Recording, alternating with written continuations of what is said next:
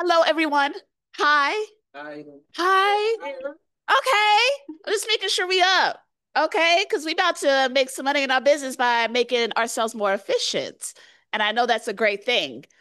My name is Tamay Shannon. I am the chair of the MCAT Committee for the Atlanta Black Chambers. MCAT is marketing, communications, advertising, technology. Why you should care about that is because the point of the chairs of the chambers is that we're here to make sure that your business thrives, that your business works. Now, I've got one of my fellow chairs over here and he can co-sign that. So if you've ever thought about joining the ABC, and like, well, why am I going to give y'all 250? What you going to do for me? I get it, because that's an expense, right? What you're going to get is you're going to get somebody who is looking out for you. So when you want opportunities, you're like, hey, I need to do an event. Hey, I want to do a thing. You're going to have somebody who says, bet, let's go. So that's why you join the chamber. In Yeah. addition to, there's a lot of discounts, a lot of great things that we have, but we really create unique opportunities for our members because when people are like, oh, you know what we need? We need somebody in the community who's great and does this. They come to the chamber. So that is why you should join. So I am so excited that we're getting started today. I'm so excited to be working with these particular members. You are going to get good stuff. One thing I know about them is make sure you ask all the questions. Don't leave with any of your questions unanswered. So if you're like, I don't know about this or how do I use it for my particular business, they're the experts. They got you. They know what they're doing. They're going to make sure everything's good. All right. Are we good? All right. I need to send this link out That's to it. people. Here you go, Joe. Thank God I had Marquell's number. Shit. Hey, don't worry. That part. Thank you, Ms. Tamay. So, as the beautiful young lady just stated, we're actually here we're of course at the Russell Center. I'm speaking to the people that might be virtual. 504 Fair Street. You can look up Herman Russell and what he brings. The Chamber's physical office is here. And I got here through the Chamber when I moved here to Atlanta. And then I saw these beautiful individuals that are now my friends and business partners. So that's how this all came together. I'm just trying to get you to understand. So the first time I got involved in this presentation, it was a meetup similar to this. We always plan it and we mark it here at the Russell Center. Oftentimes we mark it through the chamber, but we've never done our workshop / event for the chamber or for the Russell Center. So we appreciate you guys for being a part of it. Okay. As I mentioned before, I'm John McGhee. By day, I'm a lender. So that means I like to say that I can provide, or I'm the gap between what you have and what you want, right? When it comes to anything in a hard asset, meaning real estate, well, you're like, why am I talking and why am I here? Because I use AI in my business. I wanted more information. How do I put AI in my business? So when I see all of you guys and you start talking to me about the loan product that you're looking for, it's a really long story and y'all all look the same. So through AI, I created a product that allows me to identify everybody by a number. So now when we start talking, I know what number you are, and then I just put that note next to my phone, in my phone, next to your contact, and I know exactly who you are. So it speeds up the process for me. I'm just giving you an example. Okay.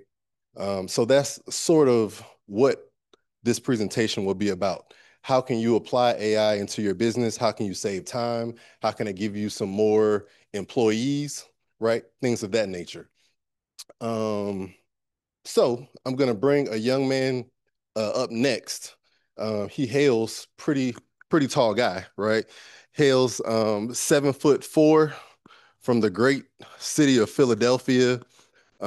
His background, one of our other workshops that we do through Content Catalyst, is exit factor. If you have a business and you want to exit that business, you want to sell it, this is the man that can make that happen for you. Okay. He can help and make sure that your business is sellable. Or you're looking to purchase a business. You've heard about the silver tsunami, all the baby boomers that are now selling their businesses. So these individuals can get you in a situation or in the space where you can actually purchase a business. Okay. But in today's world, in today's workshop, he's actually going to put the lens on through AI. How do we automate these processes? So without any further ado, hailing all the way from the great city of Philadelphia, 7'4", without any further ado, my great friend, Mr. Maurice Grand. Oh, you got a duck. You got a duck. My bad. I got hit by a car, so that chopped my knees off a little bit, so forgive me. How y'all doing today? Good, good. How many of y'all are excited about AI for your business? Speak up a little bit, Mark. How many of y'all are excited about AI for your business? Cool, cool. How many of y'all are nervous about AI for your business? Yes. How many of y'all both? Like, yo, I'm excited and nervous. How are y'all using AI in your business right now? Can I get some? How are you using it? Grant writing? Okay. Products? Towards our client meetings and it's able to send the meeting summaries. Look at edit before we send it to the client. Okay, I like that. How about y'all? Business plan? Okay. Verbiage? Okay. Automations? Okay. How are you using AI for automations? Great. The flow automation I create for clients I use for myself. So like generation, voice agents, chat agents, things like that. Okay, cool, cool. So we have a lot to show y'all, but it's so much, and I really want y'all to learn how to best use AI in everything that we talked about to enhance it. My main goal would be to help you get 10 hours back of your life this week with AI. Would that help some of y'all?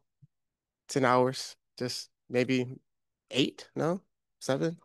All right, thank you. Thank you. Y'all want 10 hours back. All right, cool. Um, so can I do a presentation right now, or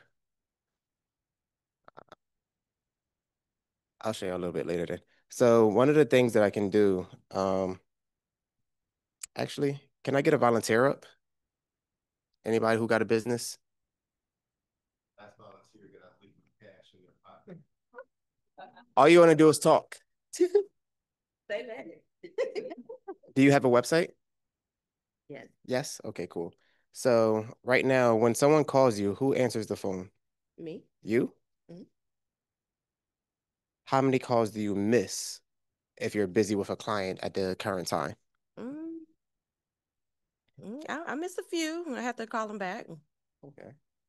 Let's see if I can pull this up. How much does a client cost you when you miss a call? It could be thousands. Thousands for the ones that you miss, Mhm. and you miss a few, a day or a week. Maybe a week. I ain't gonna say every day. So right now, what I'm showing you is just a quick form that you're going to fill out. Mm. If you could put your name, first name, last name, phone number, email.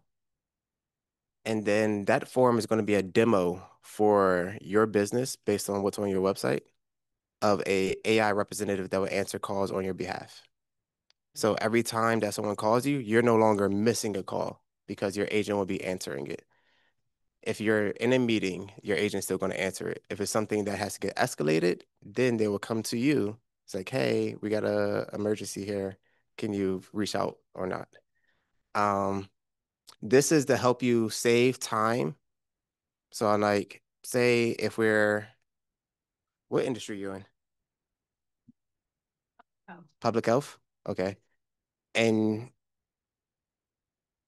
currently right now, when people call you, what does that look like?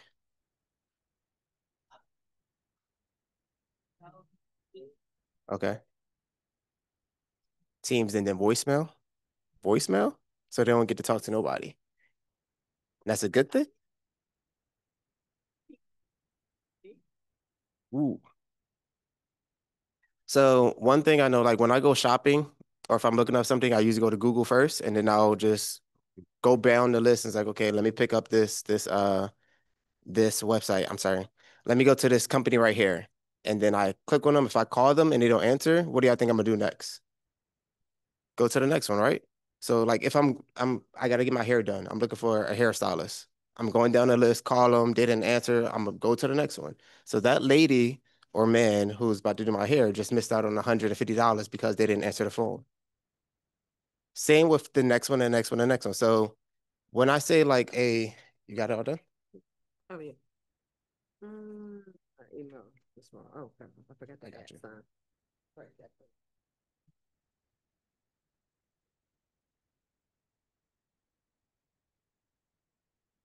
So you should receive a text message right now.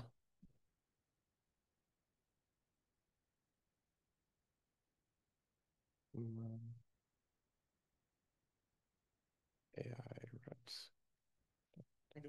Got it? Cool. So you're going to call that number and then put it on speakerphone so that everybody can hear it.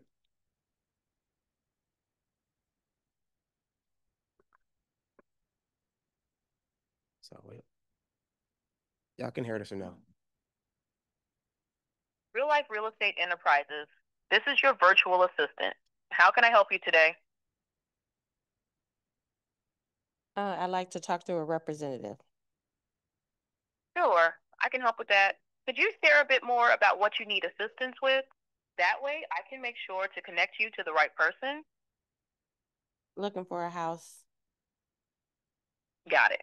At Real Life Real Estate Enterprises, we specialize in helping clients find their perfect home, whether you're buying, selling, or investing.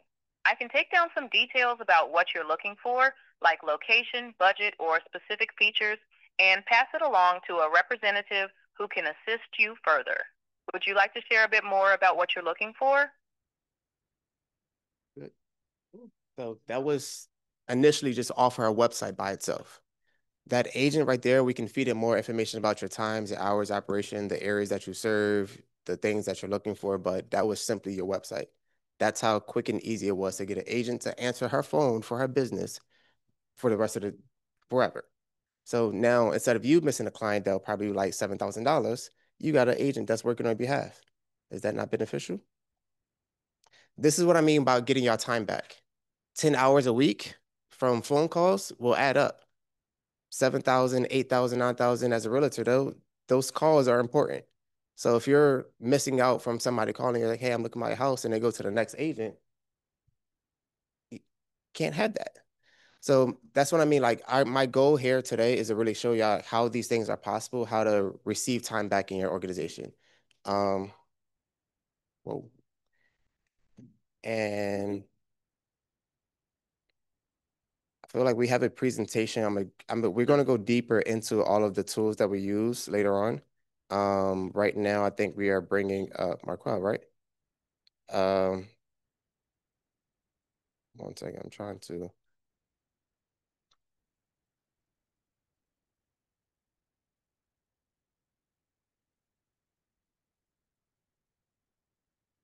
So next up, we have, that was a quick demo to show you how you can use AI right now. Do y'all feel like having a voice agent represent you on the back end would be beneficial at all? By show of hands? All right, so for that, y'all can go to myaireps.com, and at the bottom, it will literally give you all the details of what it can and cannot do. Even that website that I just sent y'all to, so myaireps.com, myaireps.com. You can chat with that agent. It will give you all the exact details of what it can do. That whole thing, when y'all playing around with that website, was made probably like an hour ago. The whole website in totality. I don't know how to code. I'm not a coder. I'm not super smart with electronics and none of that.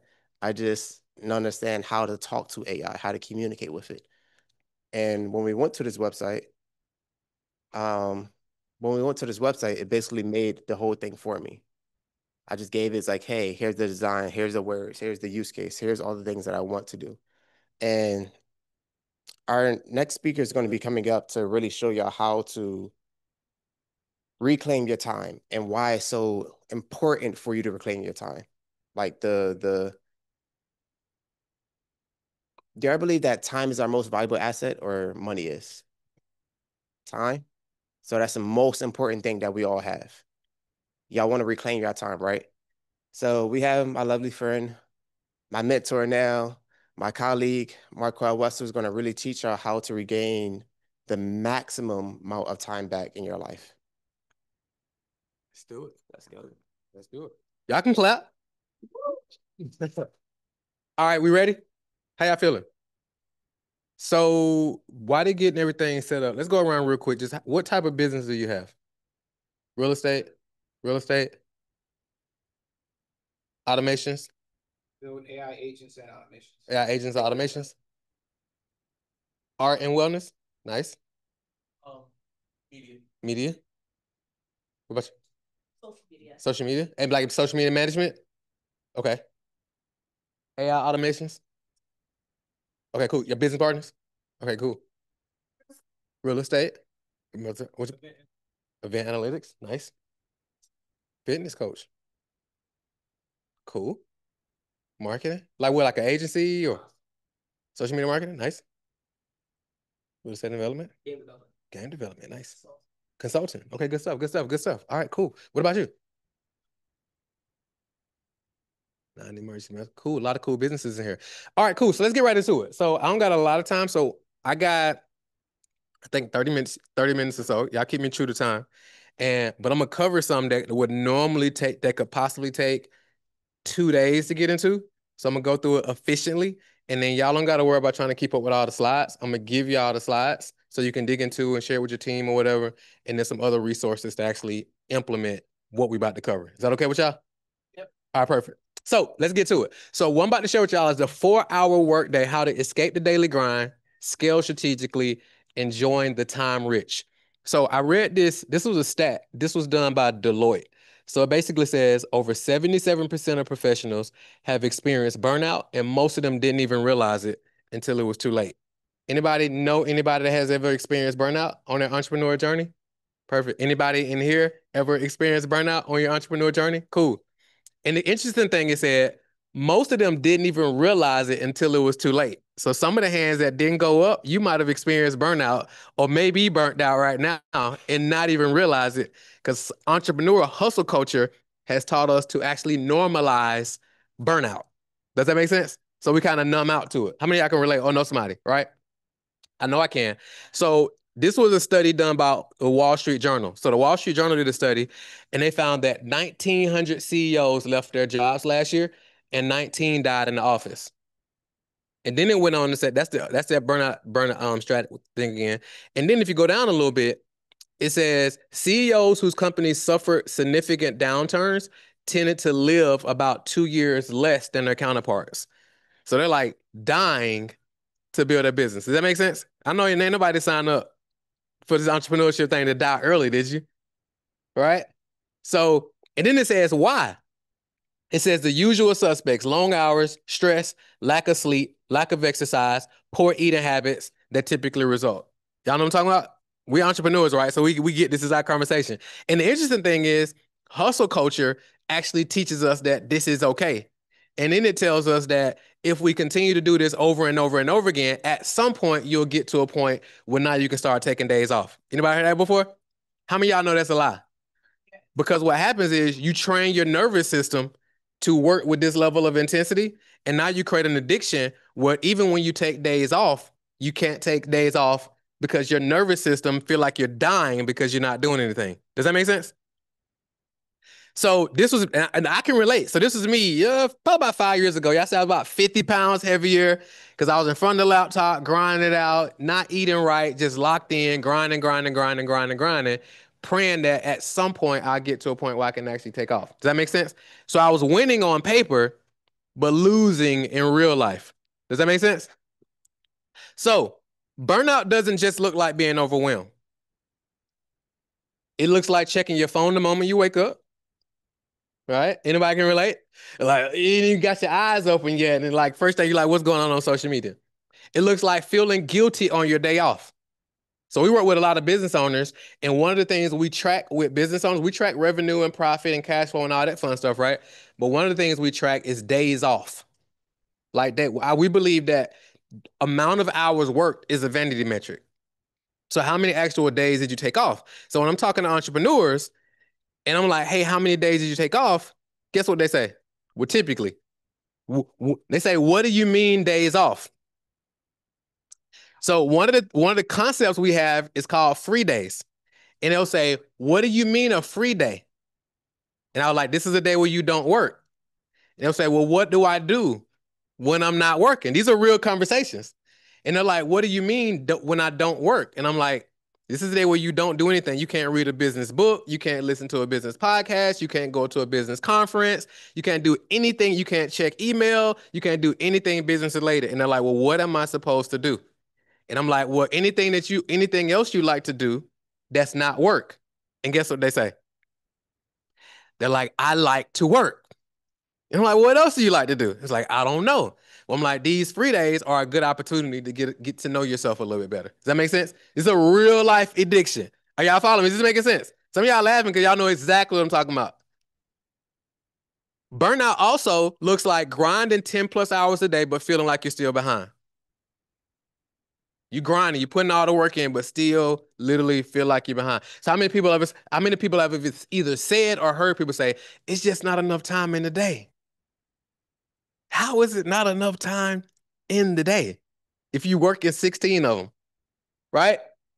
So full time. Now, I used to be this guy. Now, once I had this shift that I'm about to give you all and share with you all, it actually helped me full time because I used to be a full-time entrepreneur, but now I actually get to full time be a husband and a father. So we get to travel and do all kind of fun stuff, right? Like that, be it go on field trips and all that cool stuff.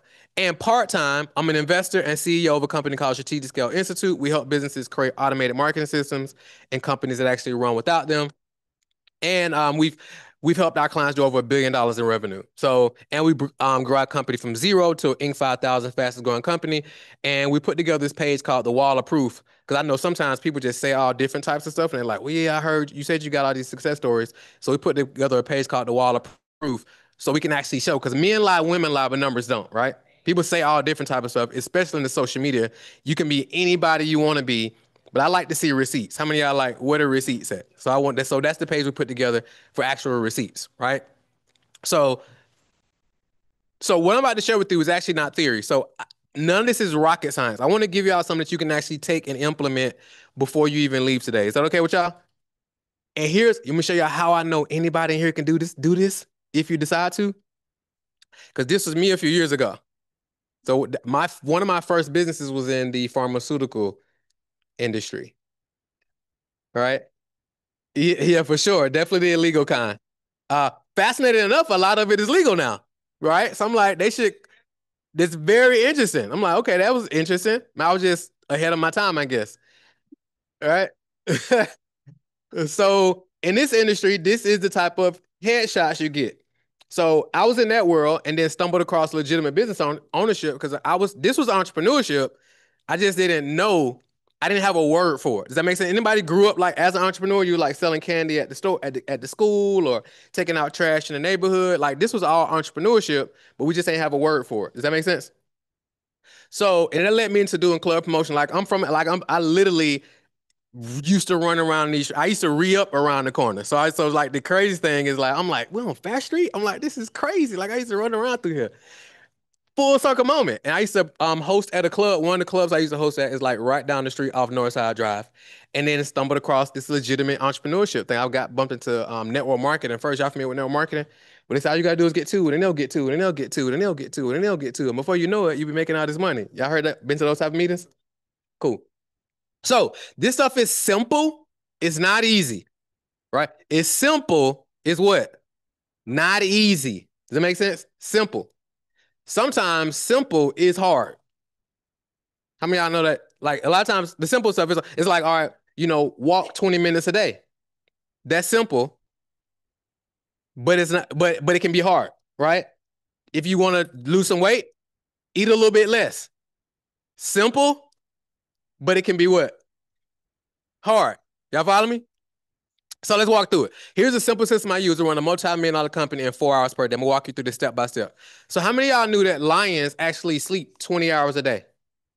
Did y'all know that? Lions sleep 20 hours a day. Lions understand this. The essence of strategy is choosing what not to do. The essence of strategy is choosing what not to do. It's not about doing more. It's about choosing what not. If you study billionaires, the biggest thing they look at is like they say no to 90+% of opportunities. Does that make sense? So I used to be team grind 24/7. It's me late night. I used to have a laptop. My first laptop I started with, one of my mentors gave it to me. I just had to keep it plugged up so it'll stay charged. And it was missing buttons the whole nine, but it introduced me to the online world, right?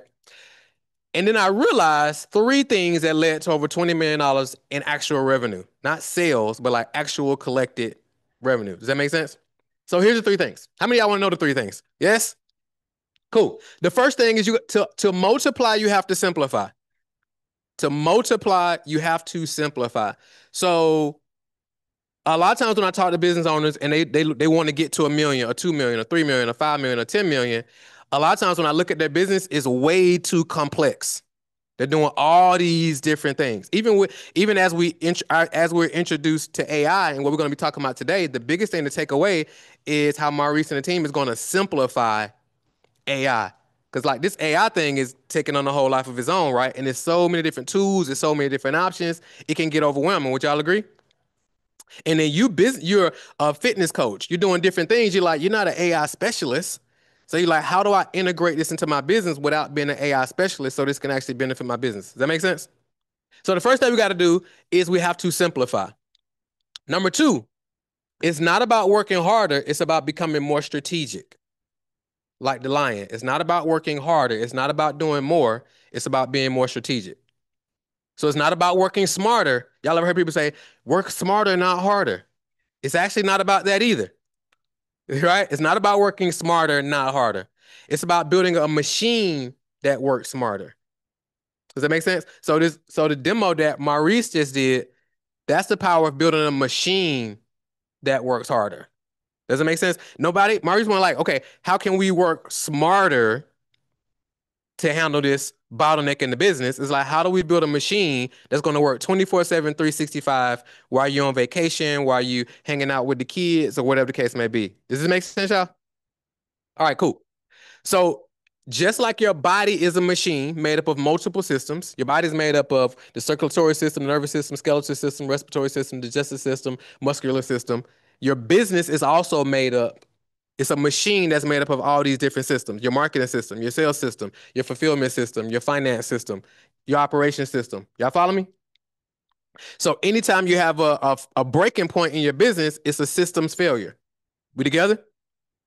So your business is a machine made up of different systems. Everything's get better. Write this down for those who are taking. I see some note takers in here. Everything gets better in your life and your business when you get better with systems.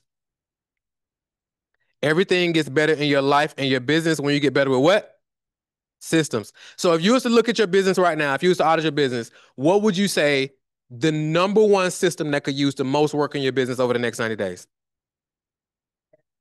Definitely marketing. Lead generation. Lead generation. What was it? SOPs, so operations. Does everybody else not know? Or is everybody else, you got it all together? Huh? Say one more time. Quote insurance. Quality assurance. Got it. Anybody else? How many of y'all ain't gonna say no matter what I say? Or you just ain't gonna participate? It's okay. All right, cool. It's a tough crowd. So James Clear has this quote where he says, you don't rise to the level of your goals, you fail to the level of your systems. You fail to the level of your systems. How many of you sitting here thinking like, I really don't have any systems, right? The beautiful thing is you actually do have systems. Your systems are getting you the results that you get them. You just don't have optimal systems. Does this make sense? So whatever challenge you currently have in your business or your life is an X systems failure. When I shared earlier, when I had my picture when I was like 50 plus pounds over, right? I had a fitness system failure. Does that make sense?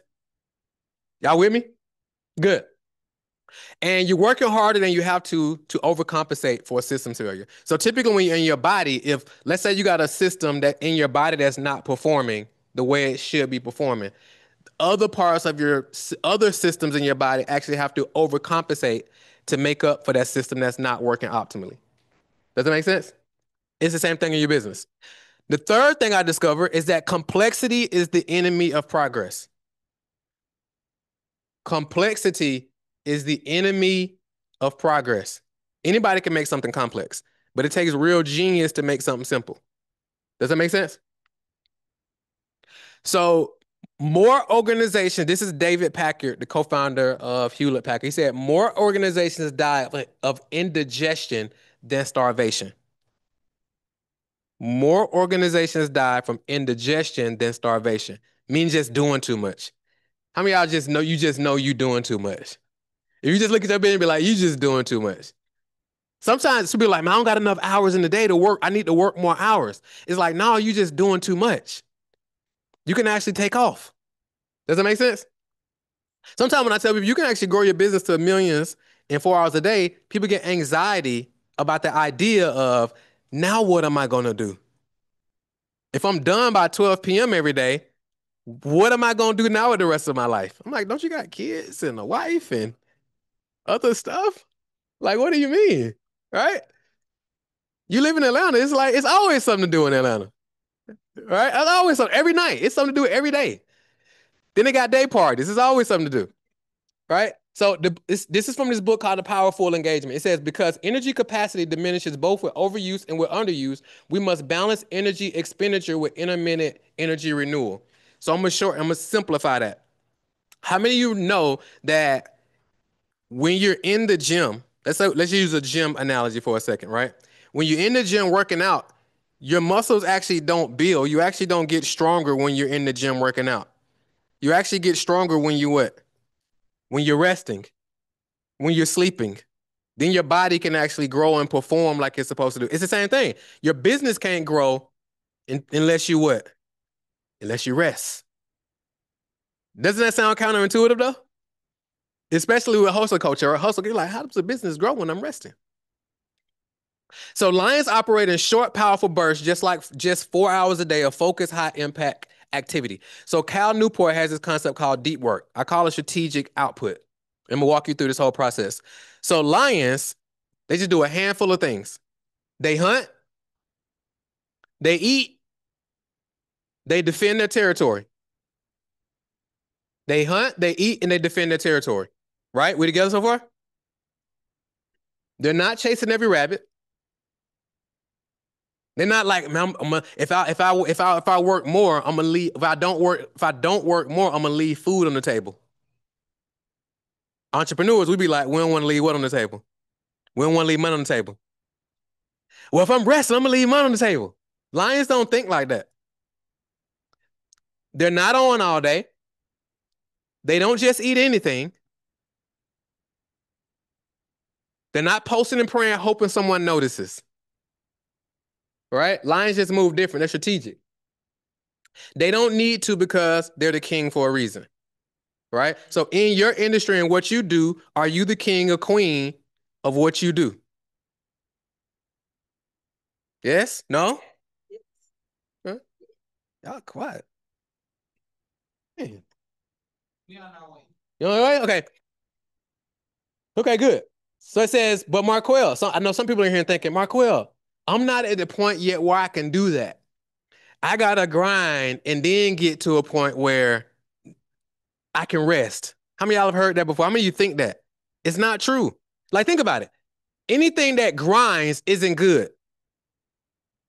If your teeth grinds, is that a good thing? If you go out there and get in your car and your brakes are grinding, is that a good thing? It's not a good thing, right? Some of y'all thinking like, well, bump and grind. Well, that's different. And you're not doing it all the time either. Is this making sense? So elephants are the biggest animal, right? So lions ain't even the biggest animal. Elephants are. Lions aren't even the fastest animal. Cheetahs are. But the lion is the king because the lion operates as the king. Does it make sense? So if you want to have a million dollar, some of y'all already passed millions, you got another level you want to grow to, we got to operate from that place, right? So what will you be doing at that place? We got to operate from that place and then optimize for it. So here's what most entrepreneurs get this wrong. They say they want to be lions, but they live like prey. All right? They say they want to be entrepreneurs, but live like prey. They're running 8 to 20 hours a day on fumes, always reacting. And then I hear entrepreneurs say, well, I'm building this thing because I want to get handed down to my kids.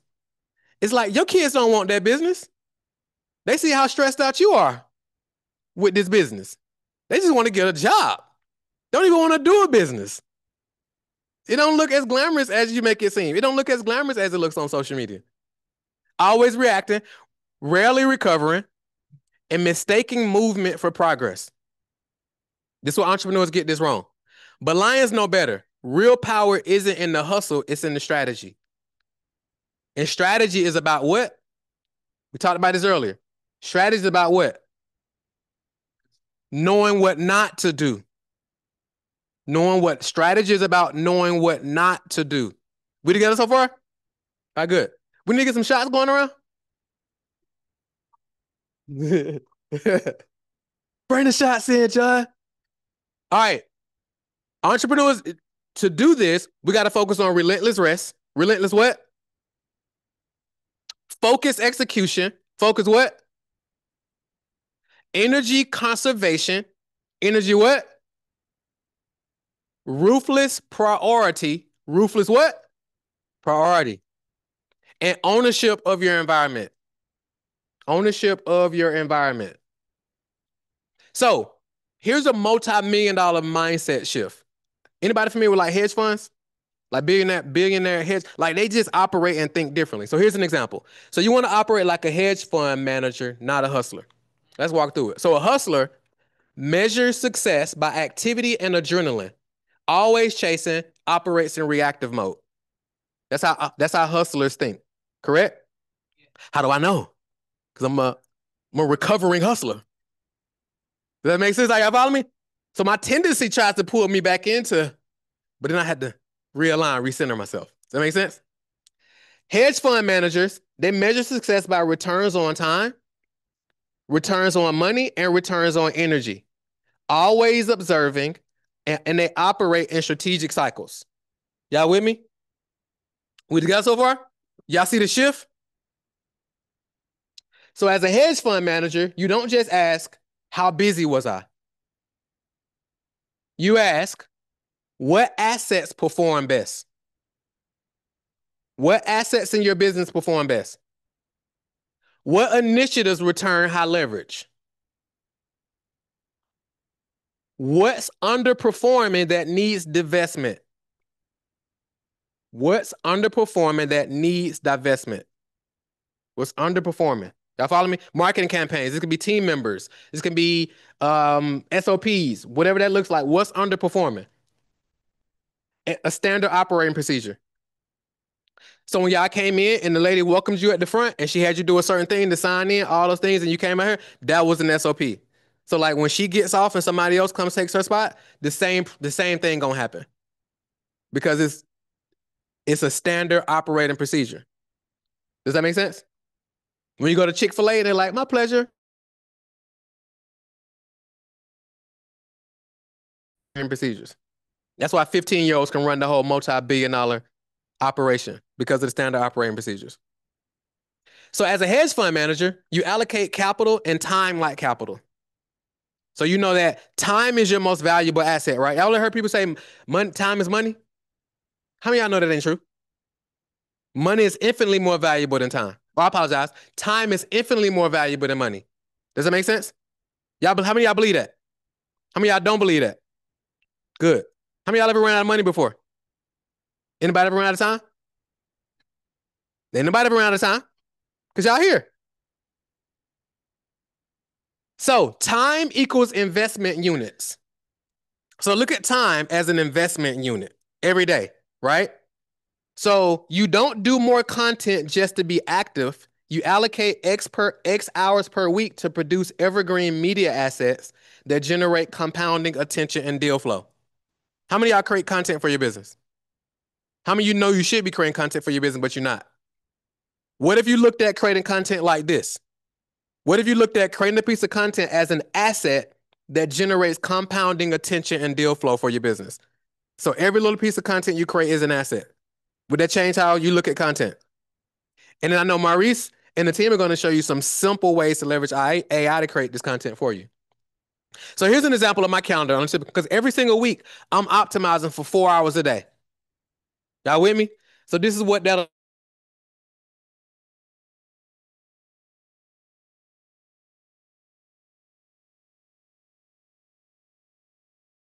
space. How many of y'all have a calendar? How many of you use your calendar? How many of y'all like, what's a calendar? How many of you put everything on your calendar? How many of you have white space on the calendar and some margin? A little? Good. Just the time when you sleep? Good. So again, this is an example of mine. I have everyday themes. So in the Bible, I saw that God created something different on each day. So I was like, okay, cool. I'm gonna follow the God model. God knew what he was doing, right? So I was like, okay, on Monday I'm gonna have it themed this way. Tuesday I'm gonna theme it this way. Wednesday I'm gonna theme it this way. Thursday I'm gonna theme it this way. Friday I'm gonna theme it this way. Y'all with me so far?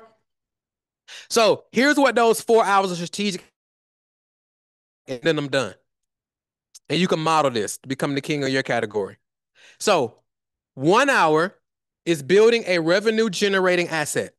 Now, I know everybody's business is different, but you can customize it to fit into your life. So building a revenue generating asset, what does that look like? This can be writing a sales letter. This could be creating content. This could be a webinar script. This can be writing an email sequence, creating content, a presentation, sales page that sells for months or even years. Does that make sense? So if you sit down and write how many of you do presentations in your business? The beautiful thing is you can make that presentation what? One time and do it over and over and over and over and over again. That becomes an asset, right? Why is it strategic output? It requires, and by the way, y'all, let me just say this. I actually do know how to do slides. These slides were right. We had to convert them because we got here and it was like they got the Microsoft set up and I'm on a MacBook. So it's like, so they had to like, I'm like, right? I'm like, I'm not gonna mess my slides up. So I just want to put that out. I didn't want y'all to be like, man, what's up with this brother's slides? So I just want to put that out there real quick, right? Huh? Yeah, I'm gonna get y'all the actual slide deck and it's gonna look right. Y'all version gonna look right. I got y'all. So this requires intense focus, strategy, and uninterrupted creative energy. Once built, it works while you rest. So I created this slideshow one time, right? Doing a revenue generating activity. This could be enrollment calls. This could be launching ads. This could be presentation to groups. So remember, the first one was creating a revenue generating asset. This is revenue generating activities, right? So in your business, what are revenue generating activities? This is, for example, it's enrollment calls, launching ads, or presentations to groups. Are y'all following me? Yes? All right, cool. Here's why this is strategic. It puts cash in the bank. And cash is what? Fuel for the business, right? Number 3 is mapping or optimizing a system that replaces you. Fred mentioned earlier SOPs. What's a system that it replaces you? So an example, creating a client onboarding process or lead to close SOP that others can run without your involvement or training team members. I know quite a few people said they're in real estate, right? So I don't know if that's a real estate agent. So this may look like you going from presenting the houses to teaching somebody else how to go out and do the demos, right? And I know we got virtual demos now, which actually gives you even more leverage, right? Here's why this is strategic. It forces you to extract your genius and turn it into a repeatable, scalable system. Hard thinking now equals time freedom later. How many of you know the true value in your business is not you? The true value in your business is your systems. Your systems are assets. How many of you have a desire to sell your business at some point? How many of you ever never thought about the idea of selling your business? How many of you know you was building something that's potentially sellable? How many of you want to maybe hand your business down to your kids or something at some point? How many of you know we got to build systems to be able to do that so we can hand it over to them? Or if somebody comes buy your business, they're going to buy it based on the systems that you have in your business, right? Because they want to know, can this business run without you? The last one is strategic thinking and vision planning. This is how many of y'all know this is your highest leverage work? As an entrepreneur, as a founder, your highest leverage work is strategic thinking and vision planning.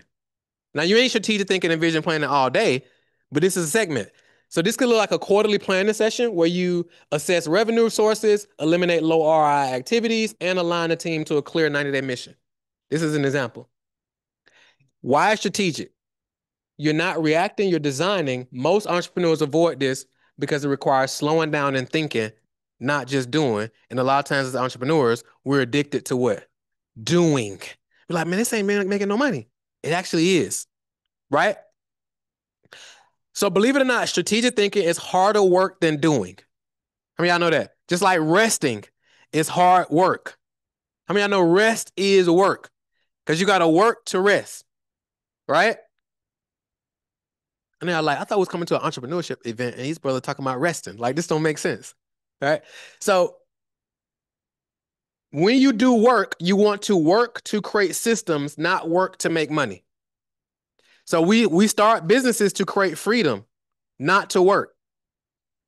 How many of y'all quit your how many of y'all quit your 9 to 5 and went full-time in business? So a lot of times we'll quit our 9 to 5 and work 24/7. But we quit 9 to 5 to have more freedom, but you find yourself working 24/7. Crazy, right? So was this valuable so far? Yes? Was this helpful? Anybody got some insights, something you can use?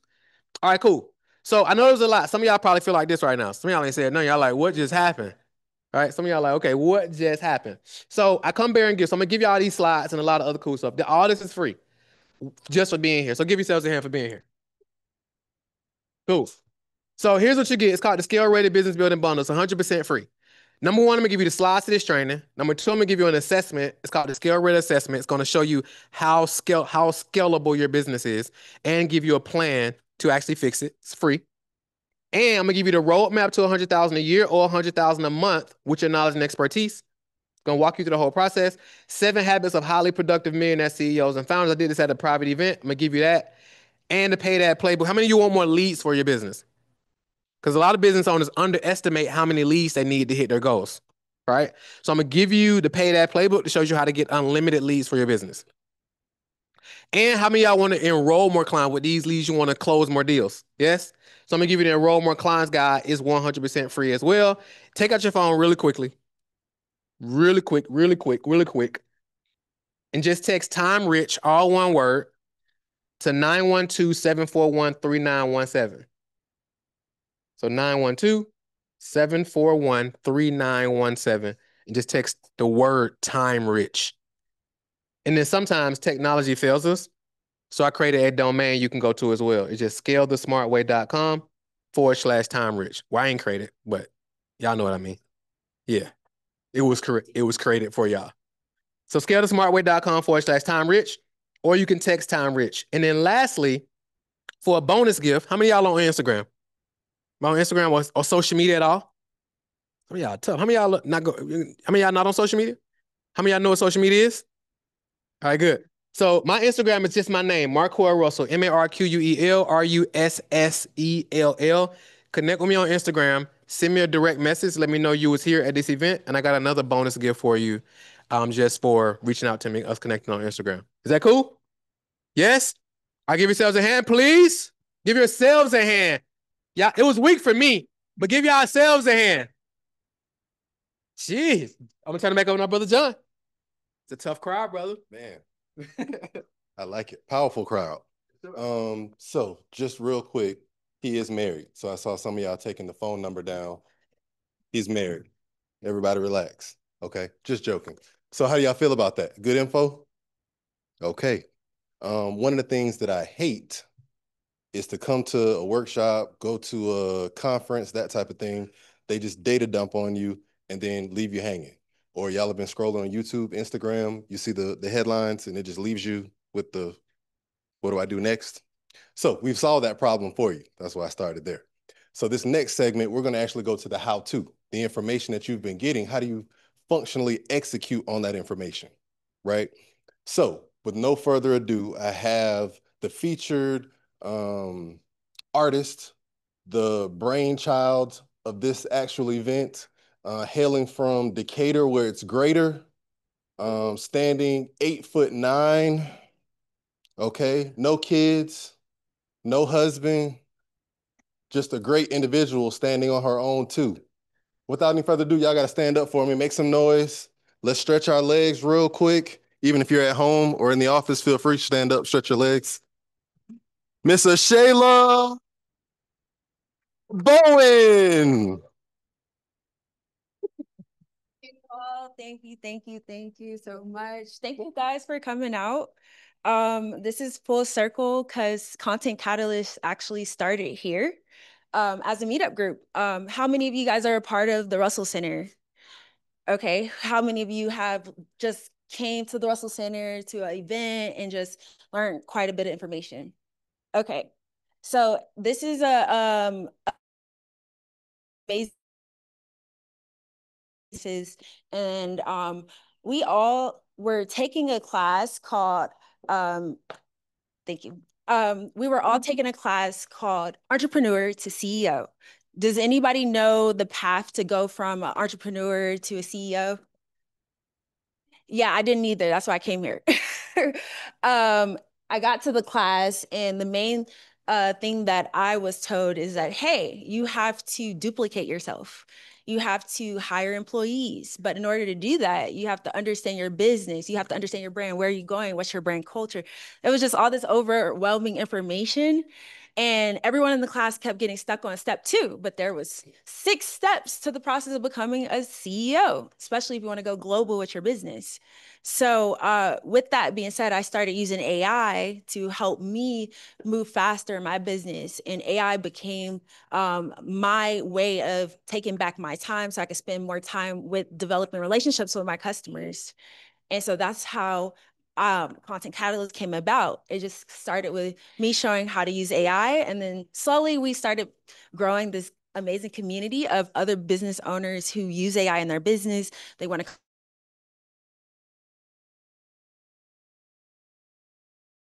I have some statistics here. I'm not going to read off this screen because you guys can definitely read. But the main thing is that today, us as business owners are doing everything manually.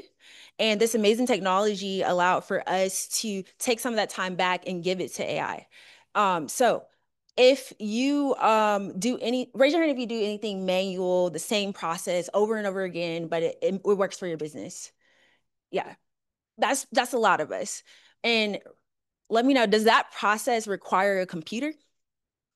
Are you mainly on a computer? Yeah, same here. Most of the processes that we're taking every day are based on using this device that takes us away from our family, away from our friends, away from connecting with our future customers. So the thing that I really, really wanted to hone in today on is letting the computer do computer things so we can be humans. So with that being said, these statistics here are just an average of what the industry has been saying AI has done for their life. It has saved them over 10 hours in a workday, which is amazing. It's helped them increase their revenue. A lot of companies, Sam Altman of OpenAI or ChatGPT said that they have a business group where there's a 1 employee billion-dollar company already. That's amazing. That's the power of AI, being able to adopt these automations and let the computer do what it does. So we're going to move on to a quick demo by my partner, Maurice, if he can come on down. He's going to show you guys exactly the type of employee that you can implement in your business, which to me is the most important part, revenue. So in order to get revenue and increase revenue in your business so you can hire more people, pay a marketing team, do whatever you need to do to scale, you need to get sales, right? So with that being said, we want to demo this sales agent, which is on our V0 app, and this was generated today.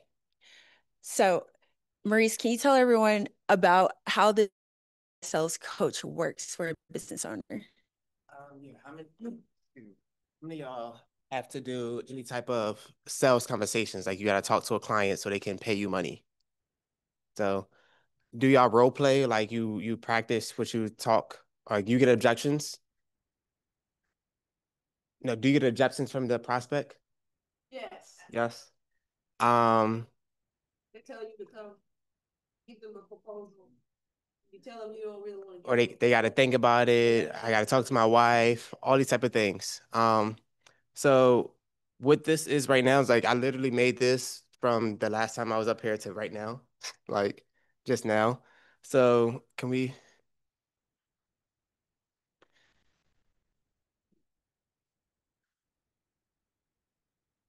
When I did real estate, we did a lot of role playing where we just hop on the phone early in the morning and role play with each other just to better our skills in communication. So if I'm trying to buy a prospect's home, I will have you be like, yo, I need you to be the angry, mad person that doesn't really want to sell your home, but you know you need to, and I'm trying to buy your home. We will do that for hours every single day. Now with AI, this is a person that is specialized, has 25 years in a sales experience that can now critique me on how I'm communicating with them as a role play agent.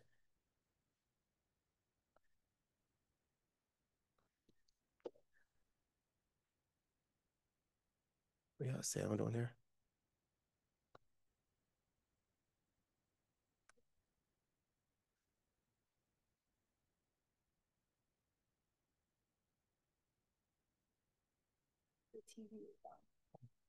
You know how to turn this up?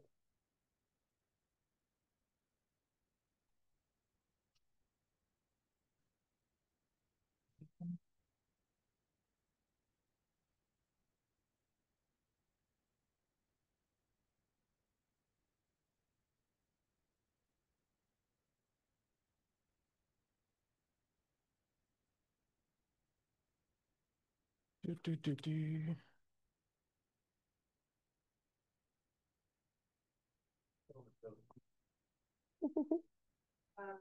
So now you want to take it. Not if you, but. So, Refresh the whole page. yeah, probably. What do you call a cow with no leg? Cow Cow with no leg. Dinner. Dinner.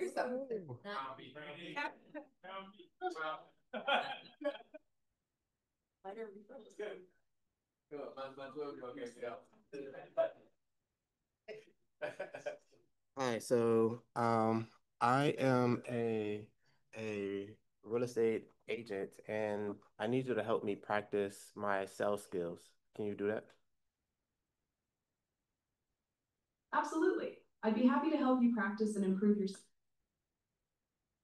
Great. To tailor the role play and feedback effectively, could you tell me a bit more about your specific focus? Are you mainly working with buyers, sellers, or both? What types of properties do you typically sell? Residential, commercial, luxury, etc. Who is your ideal customer? Their preferences, any common objections, etc. And what's your primary sales goal for practice today, e.g., close a deal, handle objections, discover client needs? Once I have those details to practice. All right, so I work with first-time home buyers, mainly in Atlanta, Georgia, zip code 30313 or something like that. They're busy entrepreneurs and busy corporate individuals. Price ranges anywhere between 500 and 600,000. And I have a event I got to go to tomorrow where I'll be speaking to a whole bunch of them and a whole bunch of people that's in a room that fits this audience. But I want to make sure that my game is at top notch and I know how to say the right words at the right time to get them to trust me as their realtor. Excellent. That's a great target audience. Busy entrepreneurs and corporate professionals in that price range. Preparing for your speaking event is a perfect opportunity to refine your pitch and conversation skills. Here's what I'll do.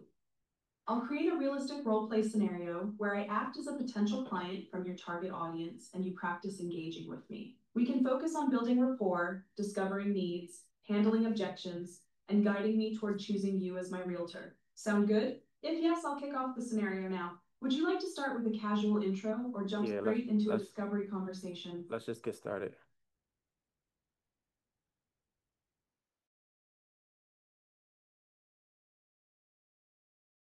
Area around 600K. Here we go. Walks into the room, notices you speaking, and approaches. Hi there. I've been thinking about buying my first home, but honestly, with my schedule, I barely have time for anything. I'm not even sure where to start. Can you tell me a little about how you help someone like me? How would you respond to that? We first ask them that they know how much they're qualified for. Yeah, I'm curious, how much do you actually qualify for? Do you know what you qualify? I appreciate you asking. Honestly, I haven't spoken to a lender yet, but I've been pretty juiced about saving my down payment and getting my credit in shape. I guess I can afford around $500,000 to $600,000. I just want someone who knows the market really well and can make the process smooth since I don't have much time to waste. How do you usually help busy professionals like me find the right home?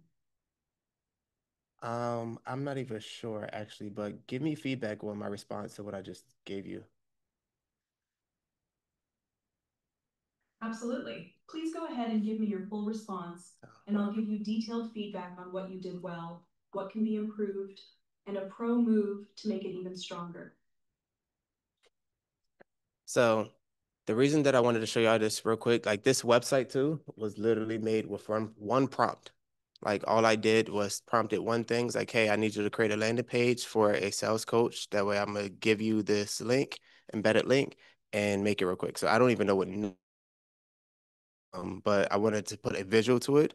When I use this, I'm mainly using ChatGPT and I'm talking to my phone. So if I'm in the car, I'll role play real quick. I can text back and forth, but I'm mainly just talking to it. So that's my goal, but this is the visual representation of now the conversations that you have. So even if you got an employee, like a marketing agent or a CFO, you can give them a face and have a conversation on what they're doing in your organization. I just happen to make a sales coach real quick. Okay, can we clap it up for that quick demo? That was really cool. So who knows how to do that? Okay, we got a few hands. Now we want everyone to leave out of here knowing how to do it. Because who would find it helpful to have better sales conversations? Yeah, exactly. So as Maurice said, he literally was next to me and was like, "Oh, I want to generate this," and it's done. And that was a matter of minutes of a very useful tool. And most people spend lots of money on a sales coach. So this could be your first step of that process of getting better in your sales skills as an entrepreneur. Because at the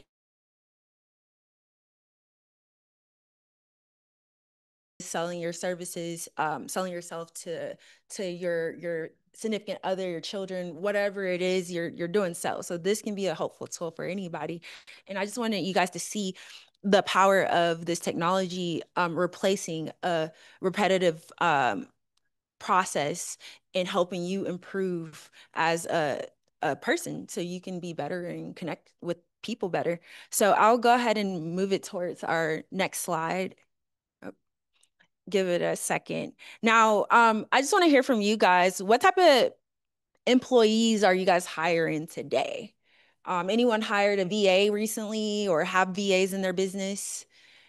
No VAs in your business? Okay, virtual sellers, and they do like what calls and outreach. That's how's that process? Like, was it a journey to get them onboarded, and then what's the return on investment for you? Yes and no. So it is a journey. I used a hiring agency in South Africa initially for the first. I just recently let those two go, and then we established a rapport with someone that actually is in South Africa, and now we're starting together their own firm where they're offering us two sales reps. And so our goal is to build that out. I'm in cybersecurity, so the goal is to have secure VAs, or in this case, secure sales reps, because a lot of times people say, "Oh, we're hiring these people, but they're not secure. So how secure are they?" So that's what we're doing now. So the challenge is the language barrier a little bit, but we've hired someone who has pretty good English. And then we have a system that we are working with a coaching for our specific industry, which is managed service providers, MSP for short, which is basically outsourced IT support. And they are coaching them on what to do, how to say it, so every day. So we have a process. So we're seeing how that's going to work. And then based on how it works, we'll build out our own. No, that's amazing. And it sounds like that is you have a timeline there, because that's a lot of moving pieces, a lot of people involved. But one key thing that you said was security. This slide about we're interacting with AI. At the end of the day, this is your data that you're ingesting into a public cloud is where the data is going to. So ChatGPT is hosted in a public cloud. As you know, they've done deals with Apple, Microsoft, and other companies. And so with that being said, this data is, the way the model is so good is because it's being trained on our data, our inputs, and also the other inputs across the entire internet that has been collecting for over the last, when did OpenAI come out? It's about five years ago. Yeah. So they've been scraping data for a very long time, on us as business owners, all the different industries, all data. And then every time someone puts in information in the chat, that's also more information for it to fine tune and get better as a AI. But with that being said, you do have to be careful with what you put in there. So don't want you guys using it and putting your customer data, very sensitive data, into this AI system. But there is a way to use AI.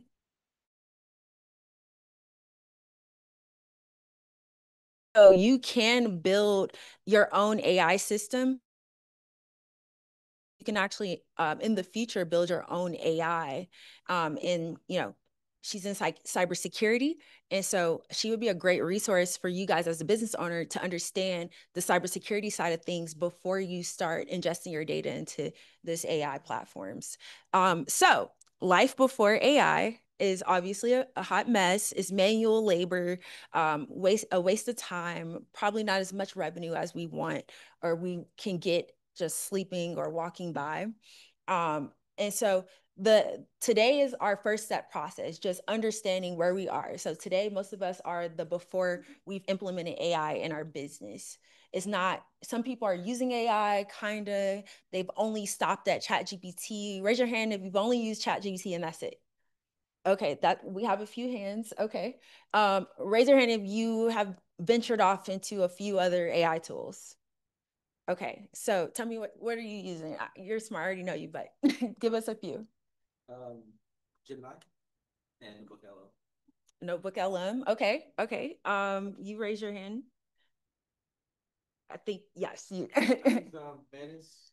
Also use LM or Notebook LM as well. Notebook LM. Okay, I saw a hand in the back. Yep. I use Lovable. Lovable. That's a good one.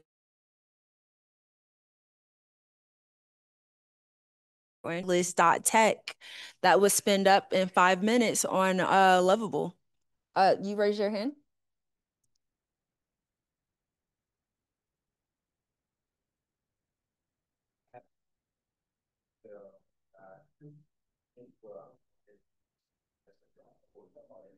Retail. I'm not relevance. Relevance AI.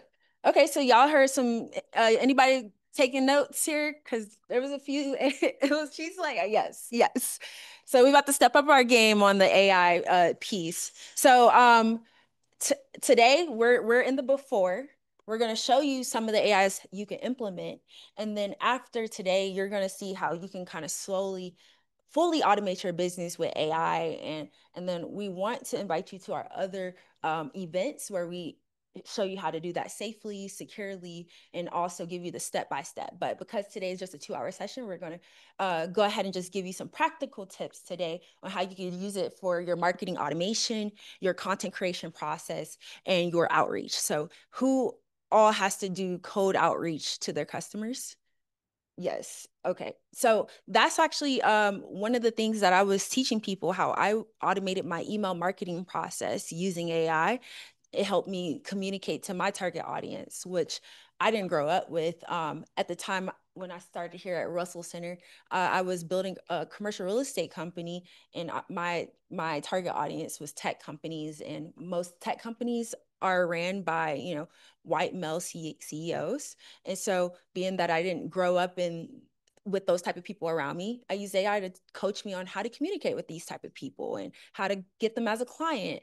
And then I curated all my email marketing and outreach to that, help me scale way faster. So raise your hand if those 3 parts would help you in your business today.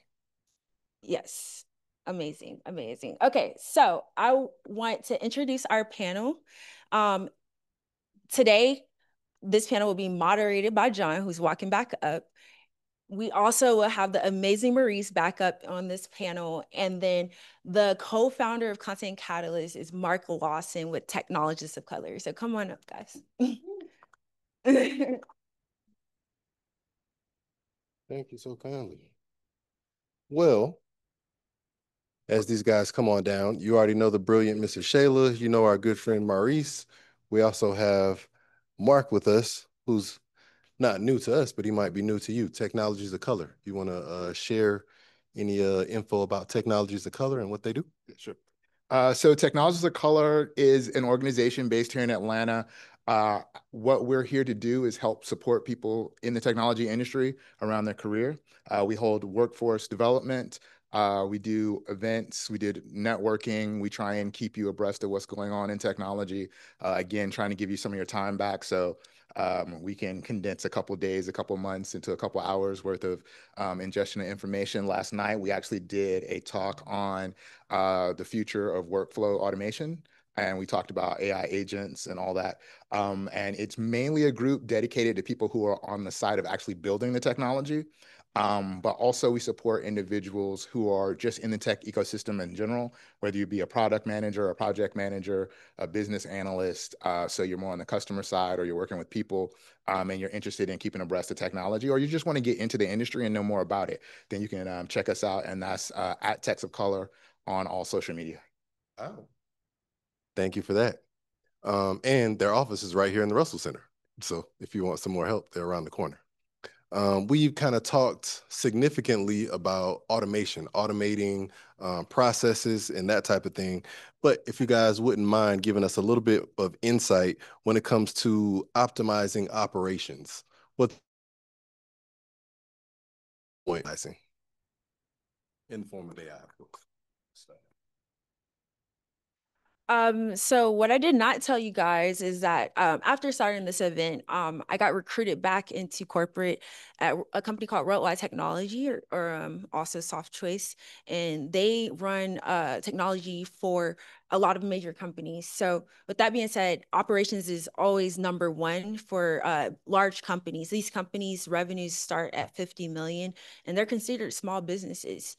They have teams of over 200 individuals, and AI has been helping with optimizing how they do their manual processes. I keep saying manual processes. That's just finding any task that anybody in your company is doing repetitively that computer can actually take off their hands. So I see this this is around mainly cleaning up your data. So if there's a lot of emails in the environment, if there's a lot of people coming in and out of your business, coming in and out of your network domain, meaning like they're coming physically in the office, connecting to the place where your company stores their data, optimizing the process of someone being able to safely get on your network and safely leave without any network breaches or security issues. That's where a lot of companies are trying to optimize. Also marketing. So being able to put together presentations for customers, for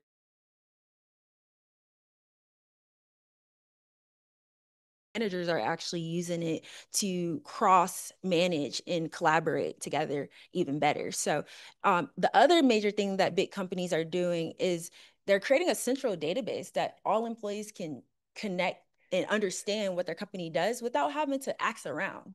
So that's a big area of optimization, especially when you're hiring people into your company. Thank you. Optimization and AI, right?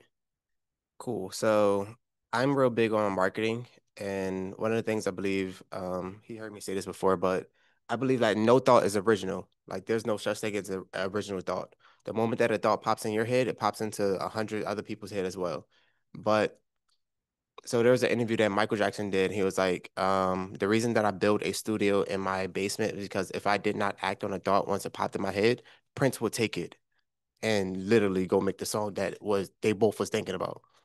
So I'm real big on first mover's advantage, basically being first to market.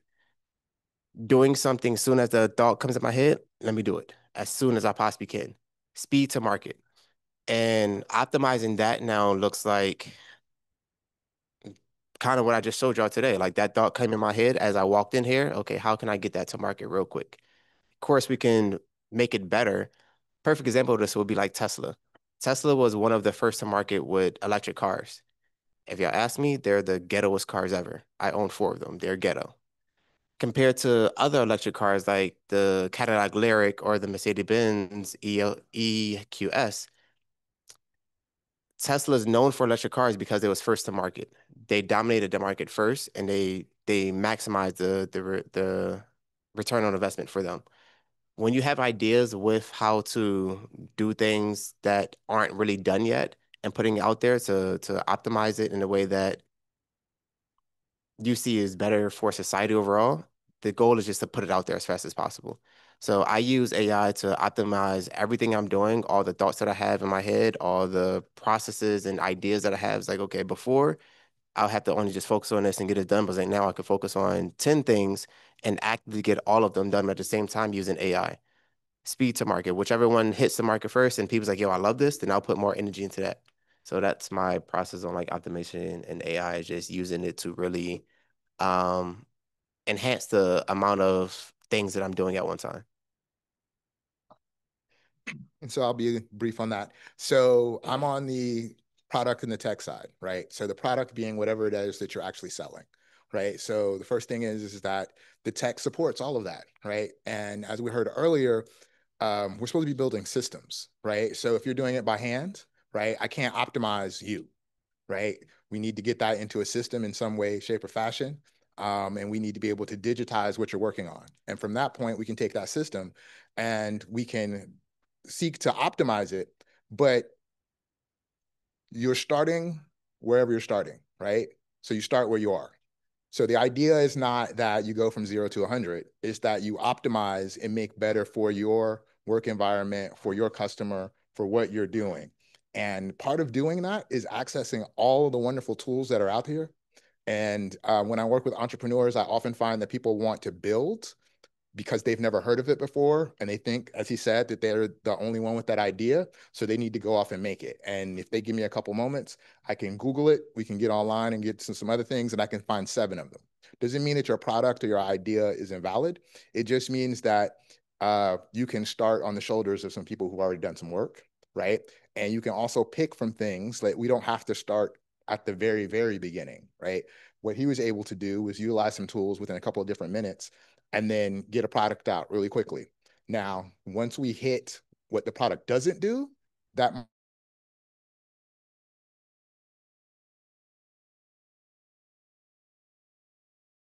be your customers probably never heard of it, and then you can pass on that capability to them and they'll thank you for it, right? Oh. Right. So that's one of the things about optimization, right? Make it better for the people who you're serving as well as for yourself. Just because it's out there doesn't mean that they've seen it, especially if this is the first time you're seeing it. I love it. Thank you for that. All right. Y'all know I'm the money guy as a lender. So y'all got to talk to me. How do we incorporate AI in revenue without additional overhead? Meaning, you know, typically employees and that kind of nature. We got to get to the money before we get out of here. Talk to me. Oh, I can get this really. All right. So once you digitize something, we're talking about scales of electricity, scales of processing power, things that don't have anything to do with the greater natural world, right? I can go from the computing power of that laptop to the computing power of a server with a couple clicks, right? I can transfer the information that he did on that website to a larger website that's able to go from being able to handle the traffic of a couple 100,000 people to a couple 100 million people to the fact that I don't believe that this server will ever go down. And those are increments of dollars, right? Or cents, depending upon how much traffic I expect, how many people I want to be able to serve, and how well I want to be able to serve them, right? So instead of having to actually go out and buy physical equipment, right, we could digitize these cameras. We can digitize the content. We can be backing all that up in the cloud, right? We can be doing things that you're used to doing manually very quickly. And I can tell you how much it's going to cost a month, in a year, in 2 years, in 5 years. And we can hit the Christmas rush, right? We can hit the Black Friday and scale up, and right back after that, drop it back down, and then be ready for Cyber Monday, and then roll into the summer and put it on coast.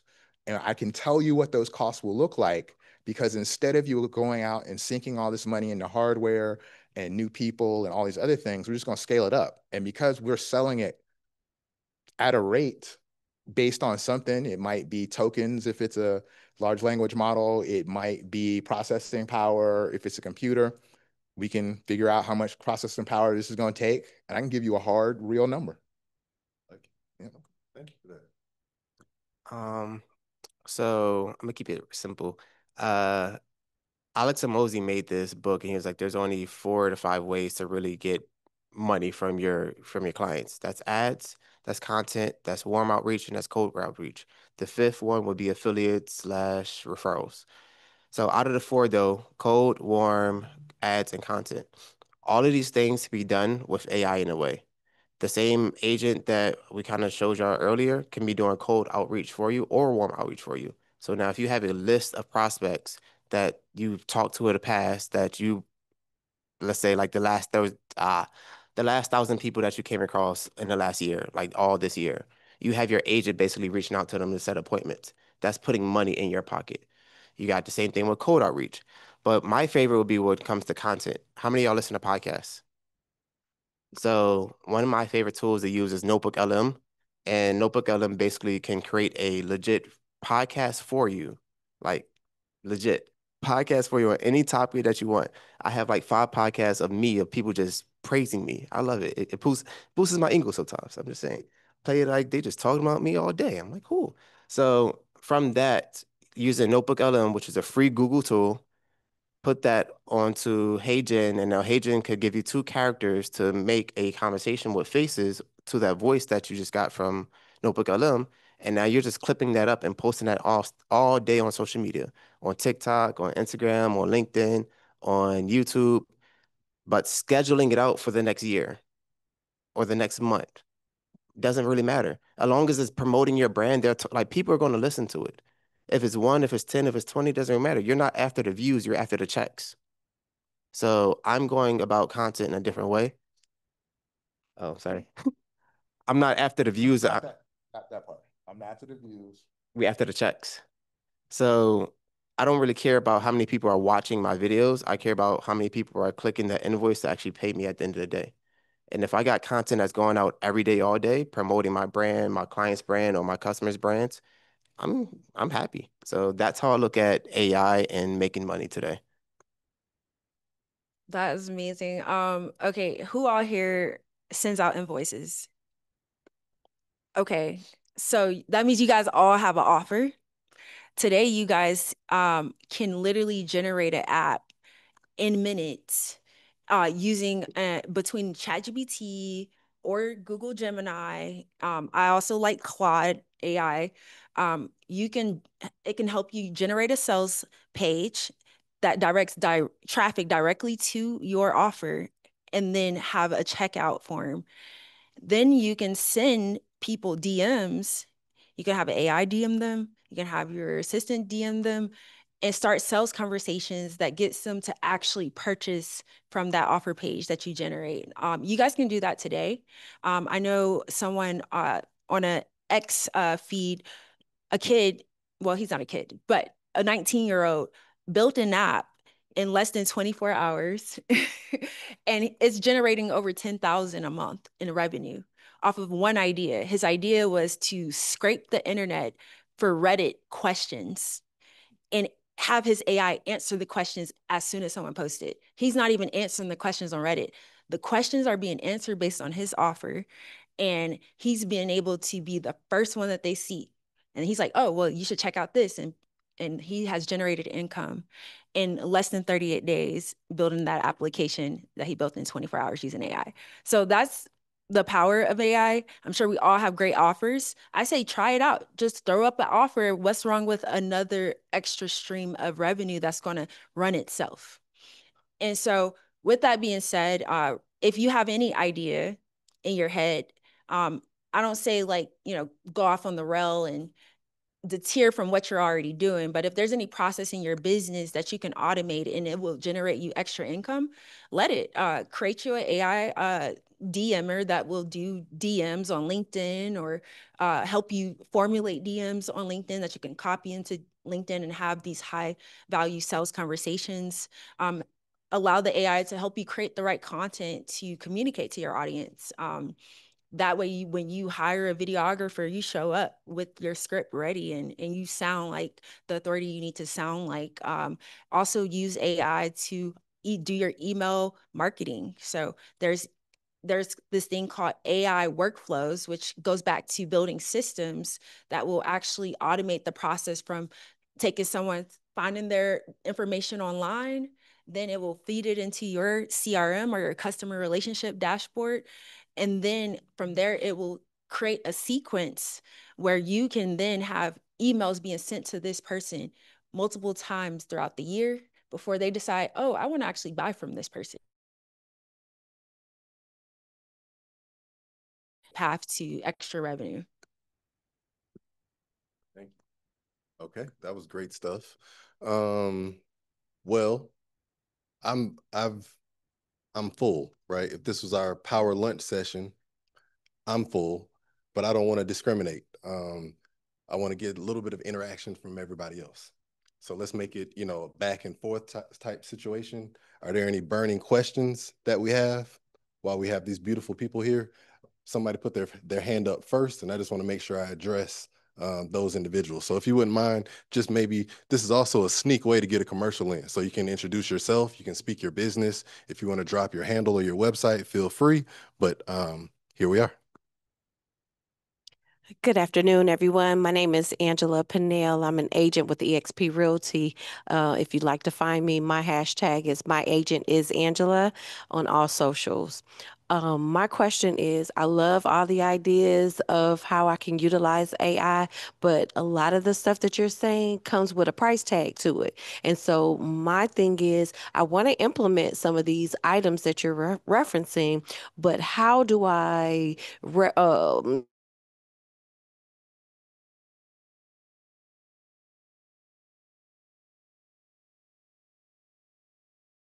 okay, but if I want to maximize using those DMs and stuff like that, all of that stuff is not free. So, I want to keep my cost to a minimum, but I want to be able to build my business at the same time. So how do you suggest that I balance those two? Because I looked at what he offers as well. That was not you, Gary.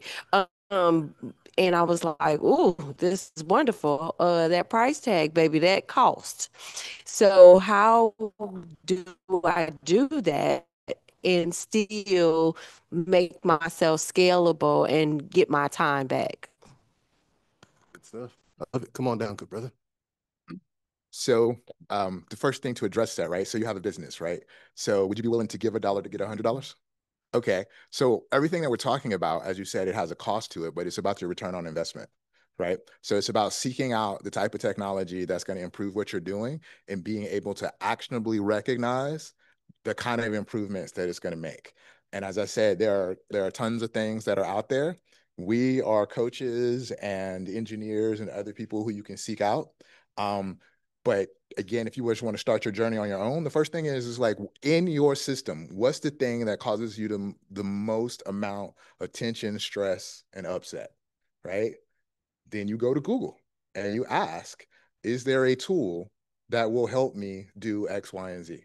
And it will start pointing you in the direction of what's out there. Now, again, as people who do this professionally, we might be able to show you something quicker and whatever, but you'll just immediately see that there's a lot out there, right? But just like with everything, there was a reason they used to have the yellow pages. There's a reason that there are reviews on Amazon, is right, because a lot of people sell stuff that doesn't make it all good, right? And so you want to seek out experts to help you. But if you just want to start the journey on your own, which everybody always does, you just go out there and first of all, you have to have the idea in your head, like you said, and then you start looking.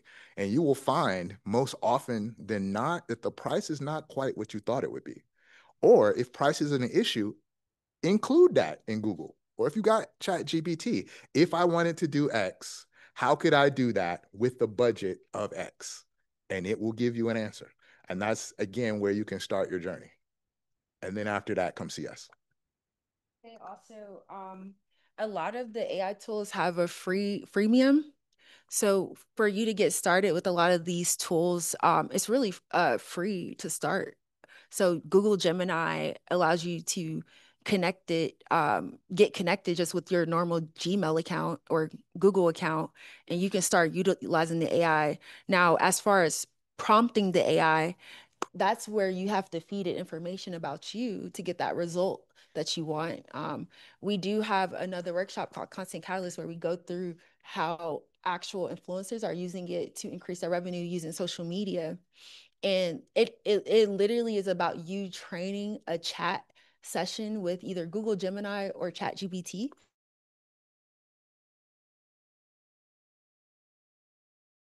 And it'll point you in that direction. Then you can start tailoring your messaging. If you want to do DMs, say, hey, I want to do DMs to this target audience.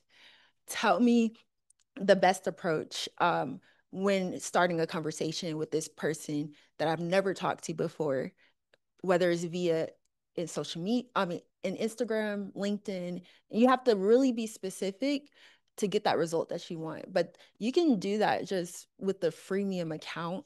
Now, if you want to build out workflows, automated workflows, the reason there's a cost to that is because in the background, there's data centers running all this data. And so they got to keep the LLMs going. And I don't know if you guys know this, but every interaction with AI is compute power being given to these data centers. So they got to keep the lights on. That's why you hear in the headlines, hey, they're taking up all this electricity. They're taking up all the water. Well, this is the power to keep running our Netflix, our social media accounts, our businesses. These are the data that we're putting into the data centers. So to keep them operational, they have to charge a little fee once you start getting heavy with your utilization. And so to build out the workflows though, it should be based on what you offer. You're in real estate. If it's going to help you get a few more houses closed per month, I think that's just part of your OpEx, your operational expenses. And it's way low compared to your return on investment that you guys would receive in real estate. Any other question? Oh, I'm sorry. Did you have an answer? What's the next question? Thank you. Samara Moon, founder and CEO of To the Moon and Back Foundation. My question kind of aligns with hers. So pretty much I wear two hats.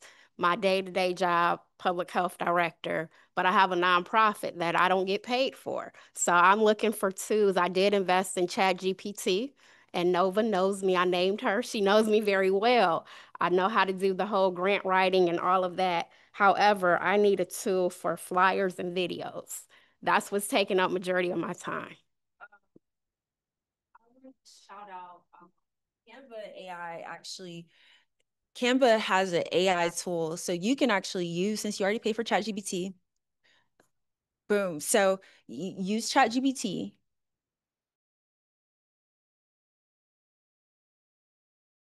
Just the best information to go on this flyer. Can it be improved? Can I modify it to my target audience? And then, the chat is, Nova is going to tell you what you should fix, what you shouldn't. After you do that, then you want to ask it, create an AI prompt for me to run in Canva AI to actually generate this flyer exactly how I want it to look. And obviously, you're going to have to put your brand colors and all the information about your brand. Then you want it to copy that prompt that it creates for you and take it over to Canvas AI and drop the prompt. And of course, it's not going to be perfect the first time. It's AI. So you have to modify it and say, Canva AI, talk to it just like you talk to Nova. And like, hey, can you just modify this? So I want to change the lettering. I want to change the color here and there. So that's how you could do your flyer graphics. And if you don't like what it generated, you could take the baseline and just copy a little bit and modify it yourself using Canva. But now you have a baseline of graphics and it's generated in minutes for you that you don't have to think about. So we generated that first graphic. All these slides were made by AI. And this was generated this morning. So, and so just so you know, yeah, another tool that you can use for flyers or websites and graphics as well is Gamma AI. They have a free tool. They have a free platform. You can generate quite a bit on their free plan. And that includes websites, UX flyers, and then videos. Videos, oh my God. So that is VO. Google VO. He has some more. Sorry. You got VO. So a little hack to sorry, Google, but little hack to kind of get into VO3 for free is anyone that has a student ID email address, so like a EDU email address, you use that as a login and you're now getting access to Google VO3 or AI, Google Labs for free for the most part. So all of their major tools that they're trying to charge $250. $250 a month for, you're getting it for free. But to add on to the ChatGPT stuff, ChatGPT makes dope flyers. Like I got paid. Please interject. Yes, ma'am. 50.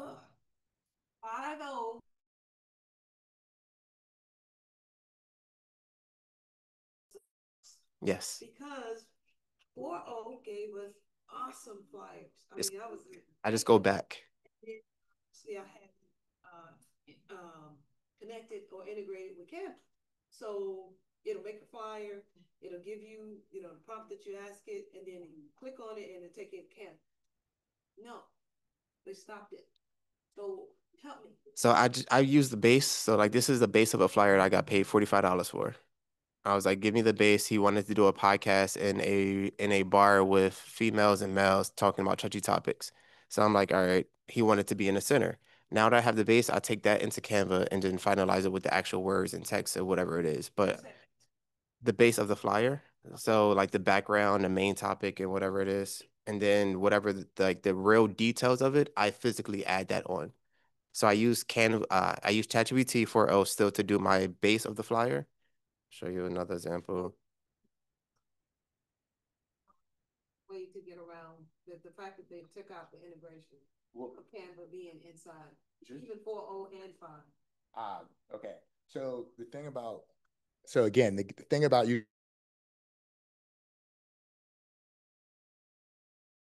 just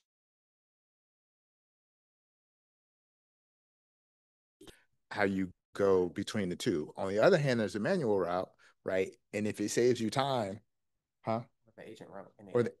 Or an agent route that goes through and hits the back end where you can specify exactly which version of the model to use, right? And then, so instead of you using the tool that Canva provides, you do something a little bit outside of that. So like I said, last night, I was doing a thing on AI agents. There's some tools out there that may or may not be outside the skill set that you're willing to try and attain, but there's a thing called N8N.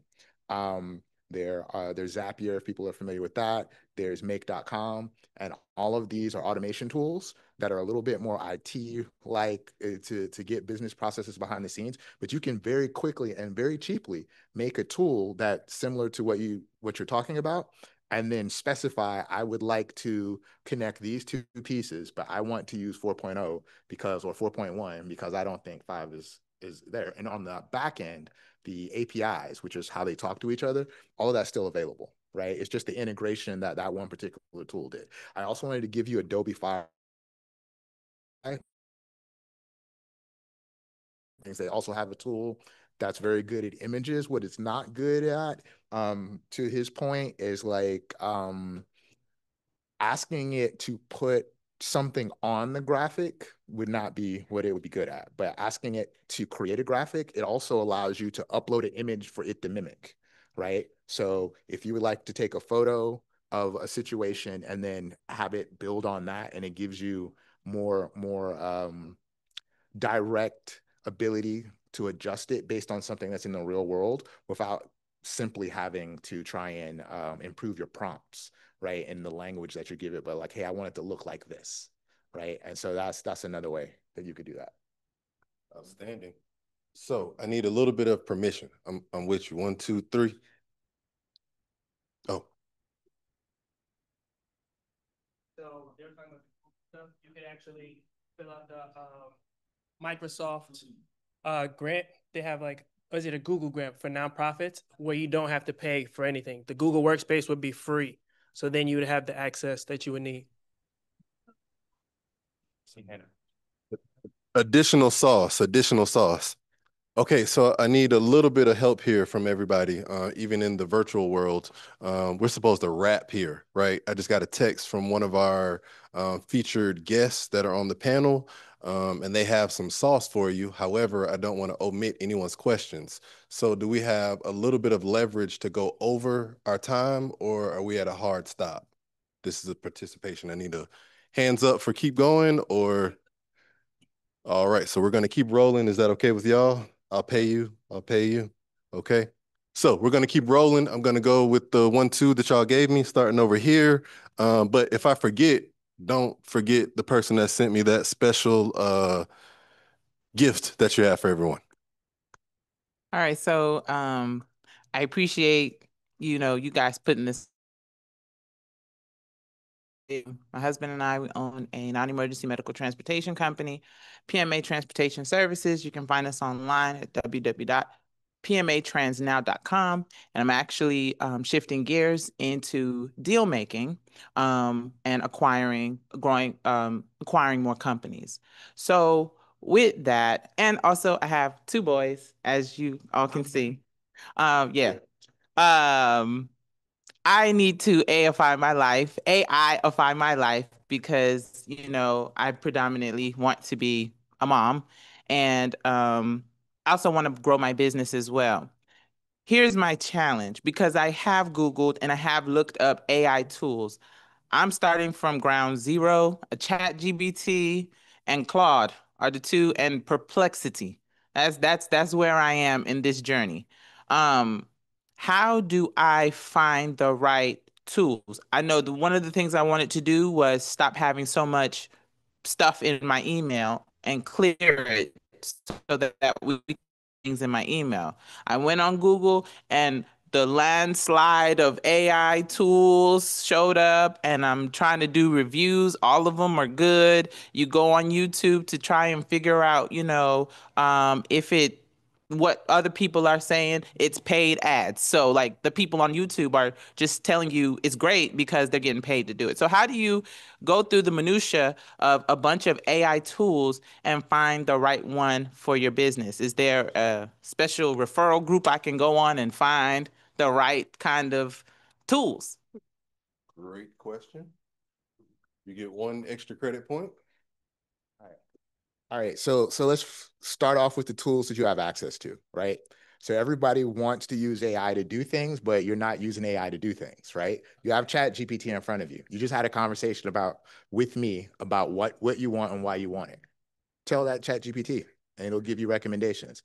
And then, as he mentioned and she mentioned as well, and I think it kind of got overlooked, you can ask ChatGPT or any of the ones that you just named, Claude or whoever, how do I pose my question so that you will help me get the best results? Okay. And it will help you restructure what it is you're to have a conversation, right? You have a conversation with it. You say, hey, I'm trying to do this. It gives you results. And then you tell it, like, those results weren't effective for me because of the following things. Can you correct that? Because I would like to do X, Y, and Z. And then it will go back and forth with you. And again, as we just talked about ChatGPT 5, like a lot of those things, like they are, if you use Gemini, they also have a concept called deep learning or deep research, depending upon which one you're on. And it's hitting the web. So it's not like it's telling you like it used to be that every piece of information that I have is circa 2021 at this date and time. Like it's live, it's reaching out to websites, etc. And then in the case of something, it uses the same technology that Notebook LM uses. So when you use that, it'll give you little footnotes and say, this is the website I got that from. This is the so-and-so. So if you're talking about like maybe it's hallucinating, I don't think that's real, go to the website that it said it got it from and then see if that actually is a thing, right? So that's how you use the technology to help you use the technology. So we're all up here and we're all do it. And then we ask it, how can it help us give it better information for us to do what it is we're trying to do?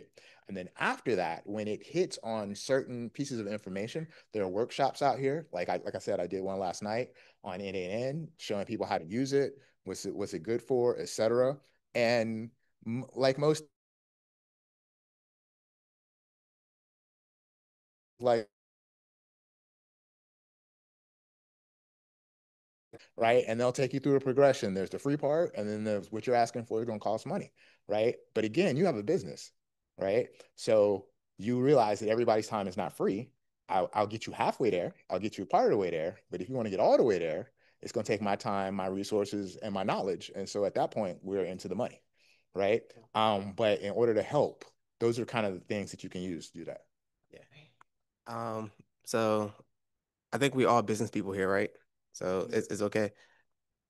We have an event where we can teach you how to actually talk and communicate and use AI efficiently to get the goal that you're talking about. Marquell is going to discuss it a little bit later, but we charge people to come to this event, spend a full day with us to like literally learn how to communicate with the least amount of platforms possible to get effectively where you want to go. And I don't know if this may relate with any of y'all, but like when I first moved out of my parents' crib and had to buy toilet paper for the first time myself, I got stressed and overwhelmed because I went down the aisle. I'm like, okay, it's like 30 different brands. Like, which brand do I buy? Mom, which toilet paper did we get? Like, I'm asking her for advice. I'm like, the blue one, the one. I'm like, she didn't even remember. She just knew by face, by brand. But I'm like, which blue one? It's like 8 blue ones. It stressed me out to the point that because there was so many different options, I did not know what to get. But I'm like, AI is the same way right now. There's so many different tools out there, and we don't know which one to use and why we use it. This is why you go to people that, okay, they've been around here for 50 years more than me. So I'm gonna call the person like, yo, which is the best toilet paper to get? I trust your advice. This is what we're aiming to do. We all been in the AI space for quite some time, and we're just like, hey, trust us to give you the knowledge and expertise on how to really use these platforms in the best way to get to the goal that you want. Because there's no reason that you got to use this, and this to get this one thing. You can use one that can kind of do all of it for you. I just want to touch on consolidation. So any app that you are paying for and you haven't utilized it in the last 30 days, you can go ahead and stop paying for it because it's not helpful for you, and go back to the freemium option, get the most out of your freemium options. And once you get to the point where you need paid, then you pay for the next tool or you pay for that paid feature so that you're not overwhelming yourself with a bunch of different apps. So get to know one app. So a lot of you guys are using ChatGPT. A lot of you guys are using Gemini or Google. Google actually integrates with their entire suite. So if you have a Gmail, if you have Google Drive, if you have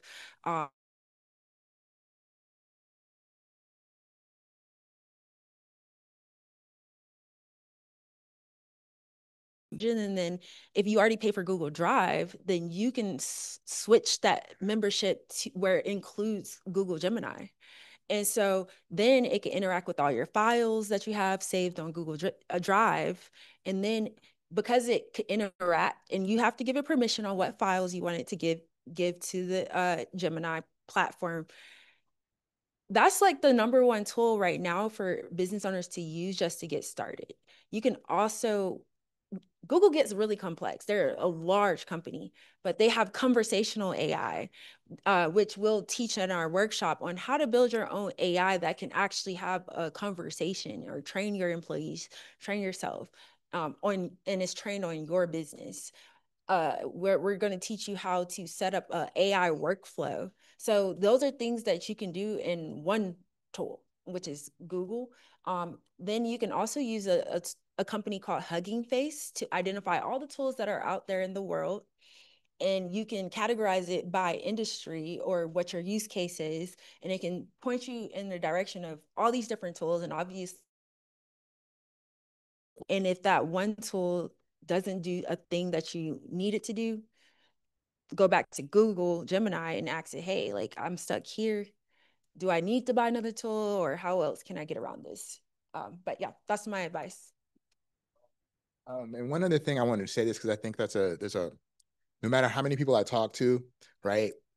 Discussion we had last night is like, what do you think automation is going to do for you? Why do you want AI? And it's that I wanted to save time.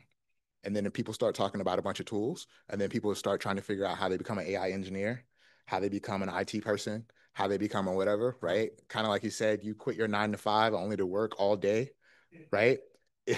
The idea is to do less, so do less. Go out and get advice and understanding that can be converted over to a small amount of your time that generates more revenue for you, instead of trying to figure out how to become the person who is the expert of this tool that was supposed to give you more time, but you just spent all that time trying to learn the tool, right? So again, I think that's kind of it. It's like, this is going to empower me, but the process that you go about can be disempowering and can also put you behind, because you spend a lot of time trying to figure out how to use something that may or may not have value for you. And even when you get the value, you probably could have just done it by hand by now, based on how much time you spent trying to learn the thing, right? Yeah. That's sauce. Okay, we got one last question, one last lucky winner. I haven't been back to this area yet, so we got one last question. How you doing? Okay. Hey, I have a real quick question. So within this current landscape, a lot of the clients that I work with are just constantly we requesting more and more tools and how we automate their systems. So because we already been doing automations for years. And when I was talking to somebody I know, I'll keep cut to the chase. I was talking to somebody I know, they was like, hey, you need to just build a community and go ahead and start teaching this. And I'm just like, my the team are working on automations for our clients, so we only know the tools that we know. We're not just actively researching tools, if that makes sense. So it's a two-part question. Number one, in today's landscape, is it worth us building community to go ahead and I guess you could say broad stroke, train people on how to use these systems? And because we do, well, you guys don't know, we do custom software development, we automate businesses, AI integration. So we build systems for our clients, but so the question is, should we build that community? Is it worth doing that? What price point would you charge for something like that? And secondly, is it worth us building a system to constantly scrape the internet and pull these tools into a giant database and continue to get reviews from that community? So it's a thought. What do y'all think on that? This is a great question. I would say this is what you would call an assist. If you have any basketball fans out there, this is literally an assist, and here comes the layup. So the answer to your question is why we are up here. We built an ecosystem because, like you said, your clients want specific AI tools. They also do AI integrations. They work on a whole nother type of tools. I believe I talked with them. They focus on marketing companies. His company focuses on AI tools. She's implementing AI on a whole nother nonprofit level, a whole nother business. It takes an ecosystem, and that's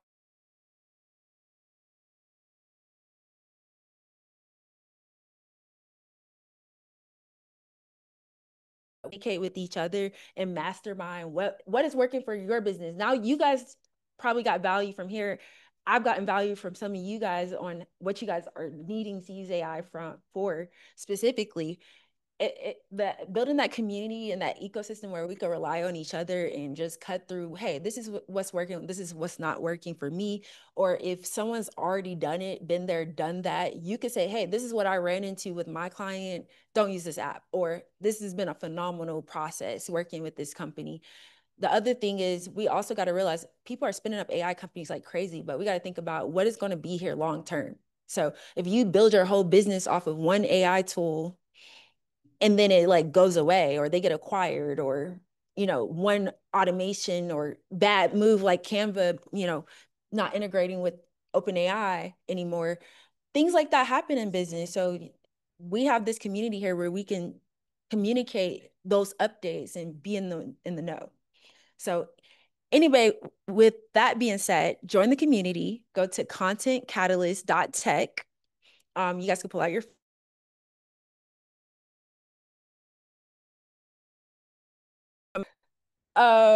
you guys can scan this QR code, join the community, and we call it Catalyst because we feel like everyone is a catalyst of their own industry. And how people are going to know about it is if you put content out there to the world so people can find out about you. So with that being said, we're starting this amazing ecosystem, and we welcome developers, people integrating, people who are providing that infrastructure, and also people who are business owners and they want to understand how to implement this in their business. And with that ecosystem, we're able to make sure everyone wins together. Also to that point, we are also here to help promote a better process. If you guys do something a certain way, we can be your spokesperson. So two things. I'm gonna keep it short. Two things. I just became a parent and I didn't understand this saying until that. And what I'm about to say is it takes a village. Like I didn't know what that meant. When like it takes a village to raise a kid, it really takes a village. I look at business, I look at everything.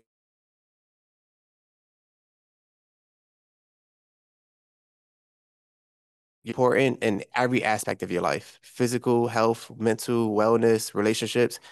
Community is the number one thing that's going to make sure that you're striving in the right path going forward. So I'm very big on community. Started for free, charge for it. I don't care, do anything, but make sure you're around the people that can keep you growing to that next level versus being influenced by what society is around you to deteriorate your brain. And then two, bro, just come into our community and teach the shit. Like we here. And the final thing, even as you're doing it, so like things generally fall into three levels: build it, buy it, or partner, right? Know what your strong suit is, right? If people are coming to you to build them things, right? What is the value for you to teach them relative it is for you to keep building things, right? That's the thing. Because I would also say, again, because we're all business owners, people want everything for free and only a few things are they willing to pay for, right? So when you start offering for free, no one's ever going to say, no, I don't want that, right? But when you start charging, then that will focus on like what it is that's really relevant. So in a community, right, you bring that same thing. You are a partner. If someone in our community needs something built, then we know someone who can help build it, right? If someone is really into learning how to do it, then there will be those who will teach them. But because the answer to free is always yes. So you have to establish a price for things so that people will get their own mind right on how much time they're willing to do and whatever. As people who do events, and I do a lot of free events, right? You get 150 I'm comings, and probably, a fourth to half of that actually show up because I'm coming is free, right? But if you had to pay for the ticket, you'd be there, but not everybody's going to be there even when they pay for the ticket. Like there's some people who missed the Beyonce concert, right? Like, so just because they don't come doesn't mean it wasn't valuable. But if there's no skin in the game, people aren't willing to do that. So I would still say focus on either you're building it yourself, you're purchasing it from someone else, or you're creating a strategic partnership. And all of that happens in an ecosystem because I need to have all of those people. When I don't want to learn it, I need somebody who's willing to do it, right? And if I do want to learn it, I need to know someone who's willing to teach it. Give it up for our panelists. Thank y'all for some amazing questions. Thank y'all for some amazing insight. We don't want to cut you short. I just got that reminder text. We got a special treat for you. So just real fast, thank you again for coming out. We had a couple other questions that were in the audience. Feel free, join the community and we can have that discussion. Okay, so feel free. But I do want to bring up our feature speaker, our keynote, that actually has a special presentation / gift that he wants to share with everyone. So hailing here from the great city of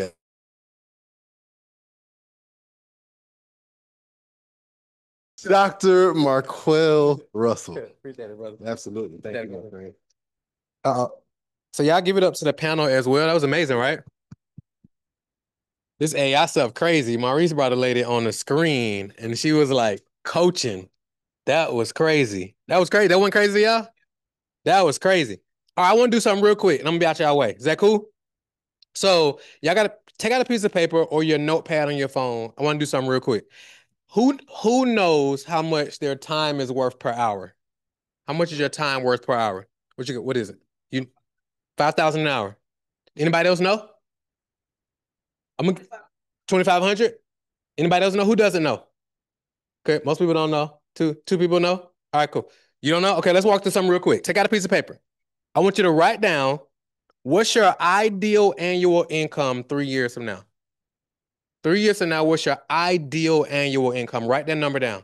Or if you're on your phone, type it in. Like annual income, ideal. I don't like to use the term realistic, but like what's your ideal? What would you like to be making per year 3 years from now? Just total income you got coming in. Everybody got it? Who doesn't got it? Well, who doesn't have it, I should say. All right, y'all ready? Now, would you be okay making that 1 year from now? The number you wrote down 3 years from now, who would be okay if they made that number 1 year from now? Raise your hand high. Who would be mad if they made that number 1 year from now? All right, good. So we're in the right room. All right. How many hours do you work your business per week on average? How many hours per week? How many hours do you work? Let's call it, yeah, about 80 hours per week. Cool. With 10 per week. Cool. Anybody else? 40? So let's just go with 40. 40, let's go with a 40. That's probably in between 10 and 80. Cool. So we'll go with 40. Y'all cool with that? All right. So we want to go 40 and we want to multiply that by 48. We're going to do a little math here. Y'all don't get freaked out by math, do you? 40 times 48. Fun fact, my 5-year-old got awarded the math fact master today at school. So just throwing it out there. Do a little fun. Just want to throw that out there real quick. So we're going to go 40 times 48.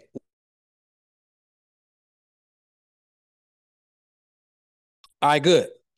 Now we want to do, and it's 48. So tell me, like, what's 48? So it's 52 weeks in a year, right? So we're going to take a month for vacation.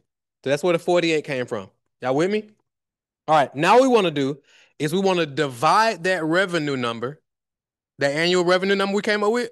We want to divide that by, what was that number, 19 what? We want to divide that by 1920. We got it? So do that right now and tell me when you got it. Got it? Divide that. And so I'm going to give you an example. So let's say your goal was $1 million. Okay? So we would go 1 million, 40 hours per week. 40 times 48 is 1920. So 1 million divided by 1920 is $520.83. I got it? That's an example. So does everybody have their number now? Yes or no? Cool. How many of y'all doing the math still? Who needs help with their math? We got you. We're a community. We got you. We good? All right, so everybody got their number. Good. Anybody want to yell at their number? Anybody want to share their number? 125 an hour? Cool. 193? 183? Cool. 156? Cool. Was this in 528? Was this insightful so far? Now let me ask you this. 2 questions. Would you move differently daily if you knew, well, now you know, would you move differently knowing now how much your time is worth per hour? Who would move a little bit differently now that you know how much your time is worth per hour? Good. Now, let's say you was able to who would be okay with getting back 10 hours per week? If you can get back 10 hours per week into your life, that would be valuable for? Raise your hand high. All right. So 10, let's multiply 10 times that number you wrote down. So 120, 190, 528. What would that be? How much? 1830. So 1,830. Perfect. Everybody got theirs? 1562. Now, multiply that by 4. Now what we got? 7320. 6250. Some of y'all just ain't gonna share y'all numbers, huh? 5,000. Good. 20 million. Now, last one. Multiply that by 12. 87,840. 87,000? 87,840. 75,000. Is that pretty cool? 250. So what? So let me ask y'all this. What would it be? So, and that's just from you saving 10 hours a week. Y'all see how that math adds up? That's just from saving 10 hours a week. What would it be worth to you to be able to save 10 hours a week? $75,000, right? Because now you just do that over and over and over and over again, right? That's what I thought. So the amazing team, give it up. First of all, give it up to John, because he said I had a gift for y'all. John and the team really have the gift. So get them a hand first and foremost before I even tell you the gift. So how many of y'all would agree this AI stuff can be a little overwhelming with all the tools and all the use case scenarios, and how do you do it all when you actually still running your business on a day-to-day basis, right? So what we decided to do is we're going to do a 1-day hands-on implementation experience to actually help you implement these systems and these tools into your business. Does that make sense? And it's not going to be 85,000.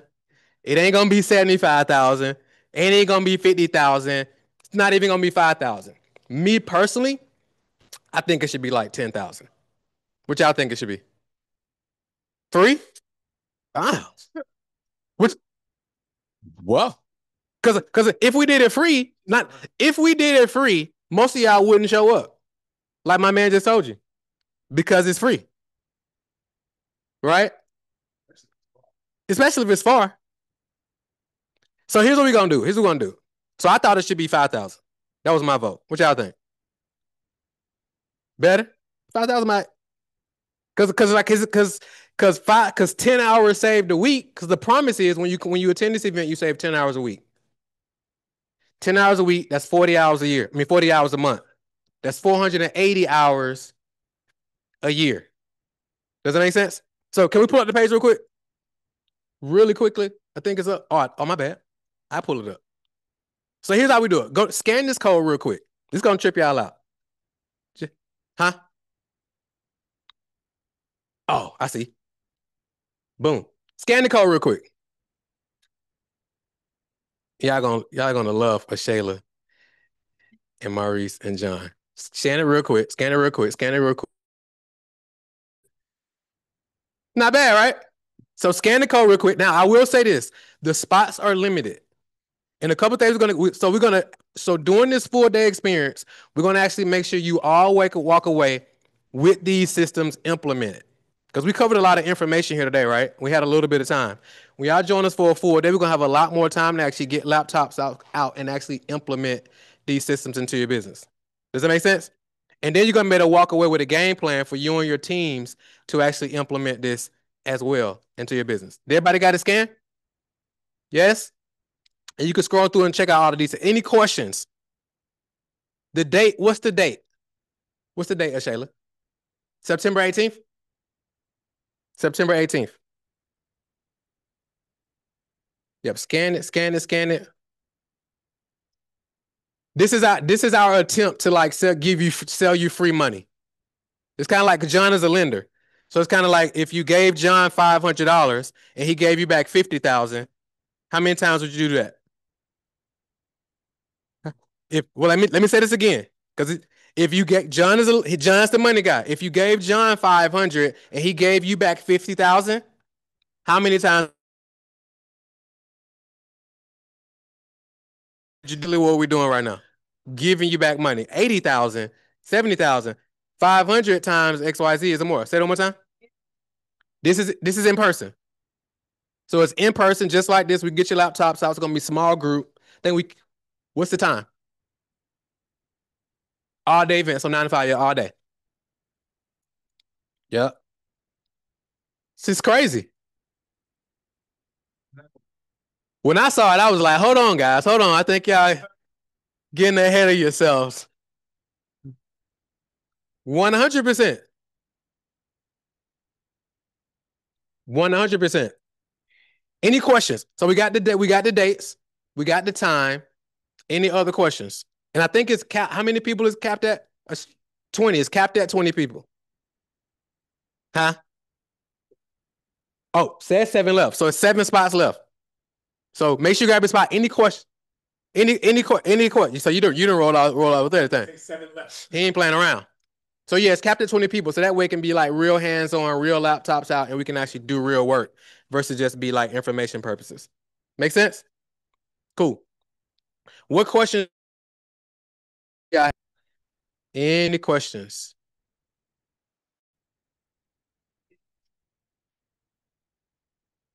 Per person? But they're also going to be Yeah. Great question. Great question. Any other questions? All right, cool. So did everybody get the code scanned? So scan the code. Go ahead and lock in your spot. We're going to hang out. How long are we hanging out? If y'all got like any questions you want to ask, like sidebar.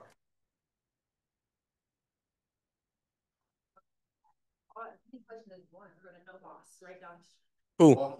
You have to move your car. No bones. What's that? Mexican. I love tacos. Cool. John Mexican. Y'all ain't know John was Mexican? Oh, not North Side. Oh, I'm like, you walking. Yeah. Yeah. So yeah. 90 degrees outside. So lock in your spot. Y'all, if y'all got any questions that y'all want to ask sidebar about the event, let's do that. But go ahead and lock your spot. What you got? Thank you everybody for coming. This is amazing. That's all I got. That's it. That's it. We'll see y'all September 8th. We'll see y'all September 18th.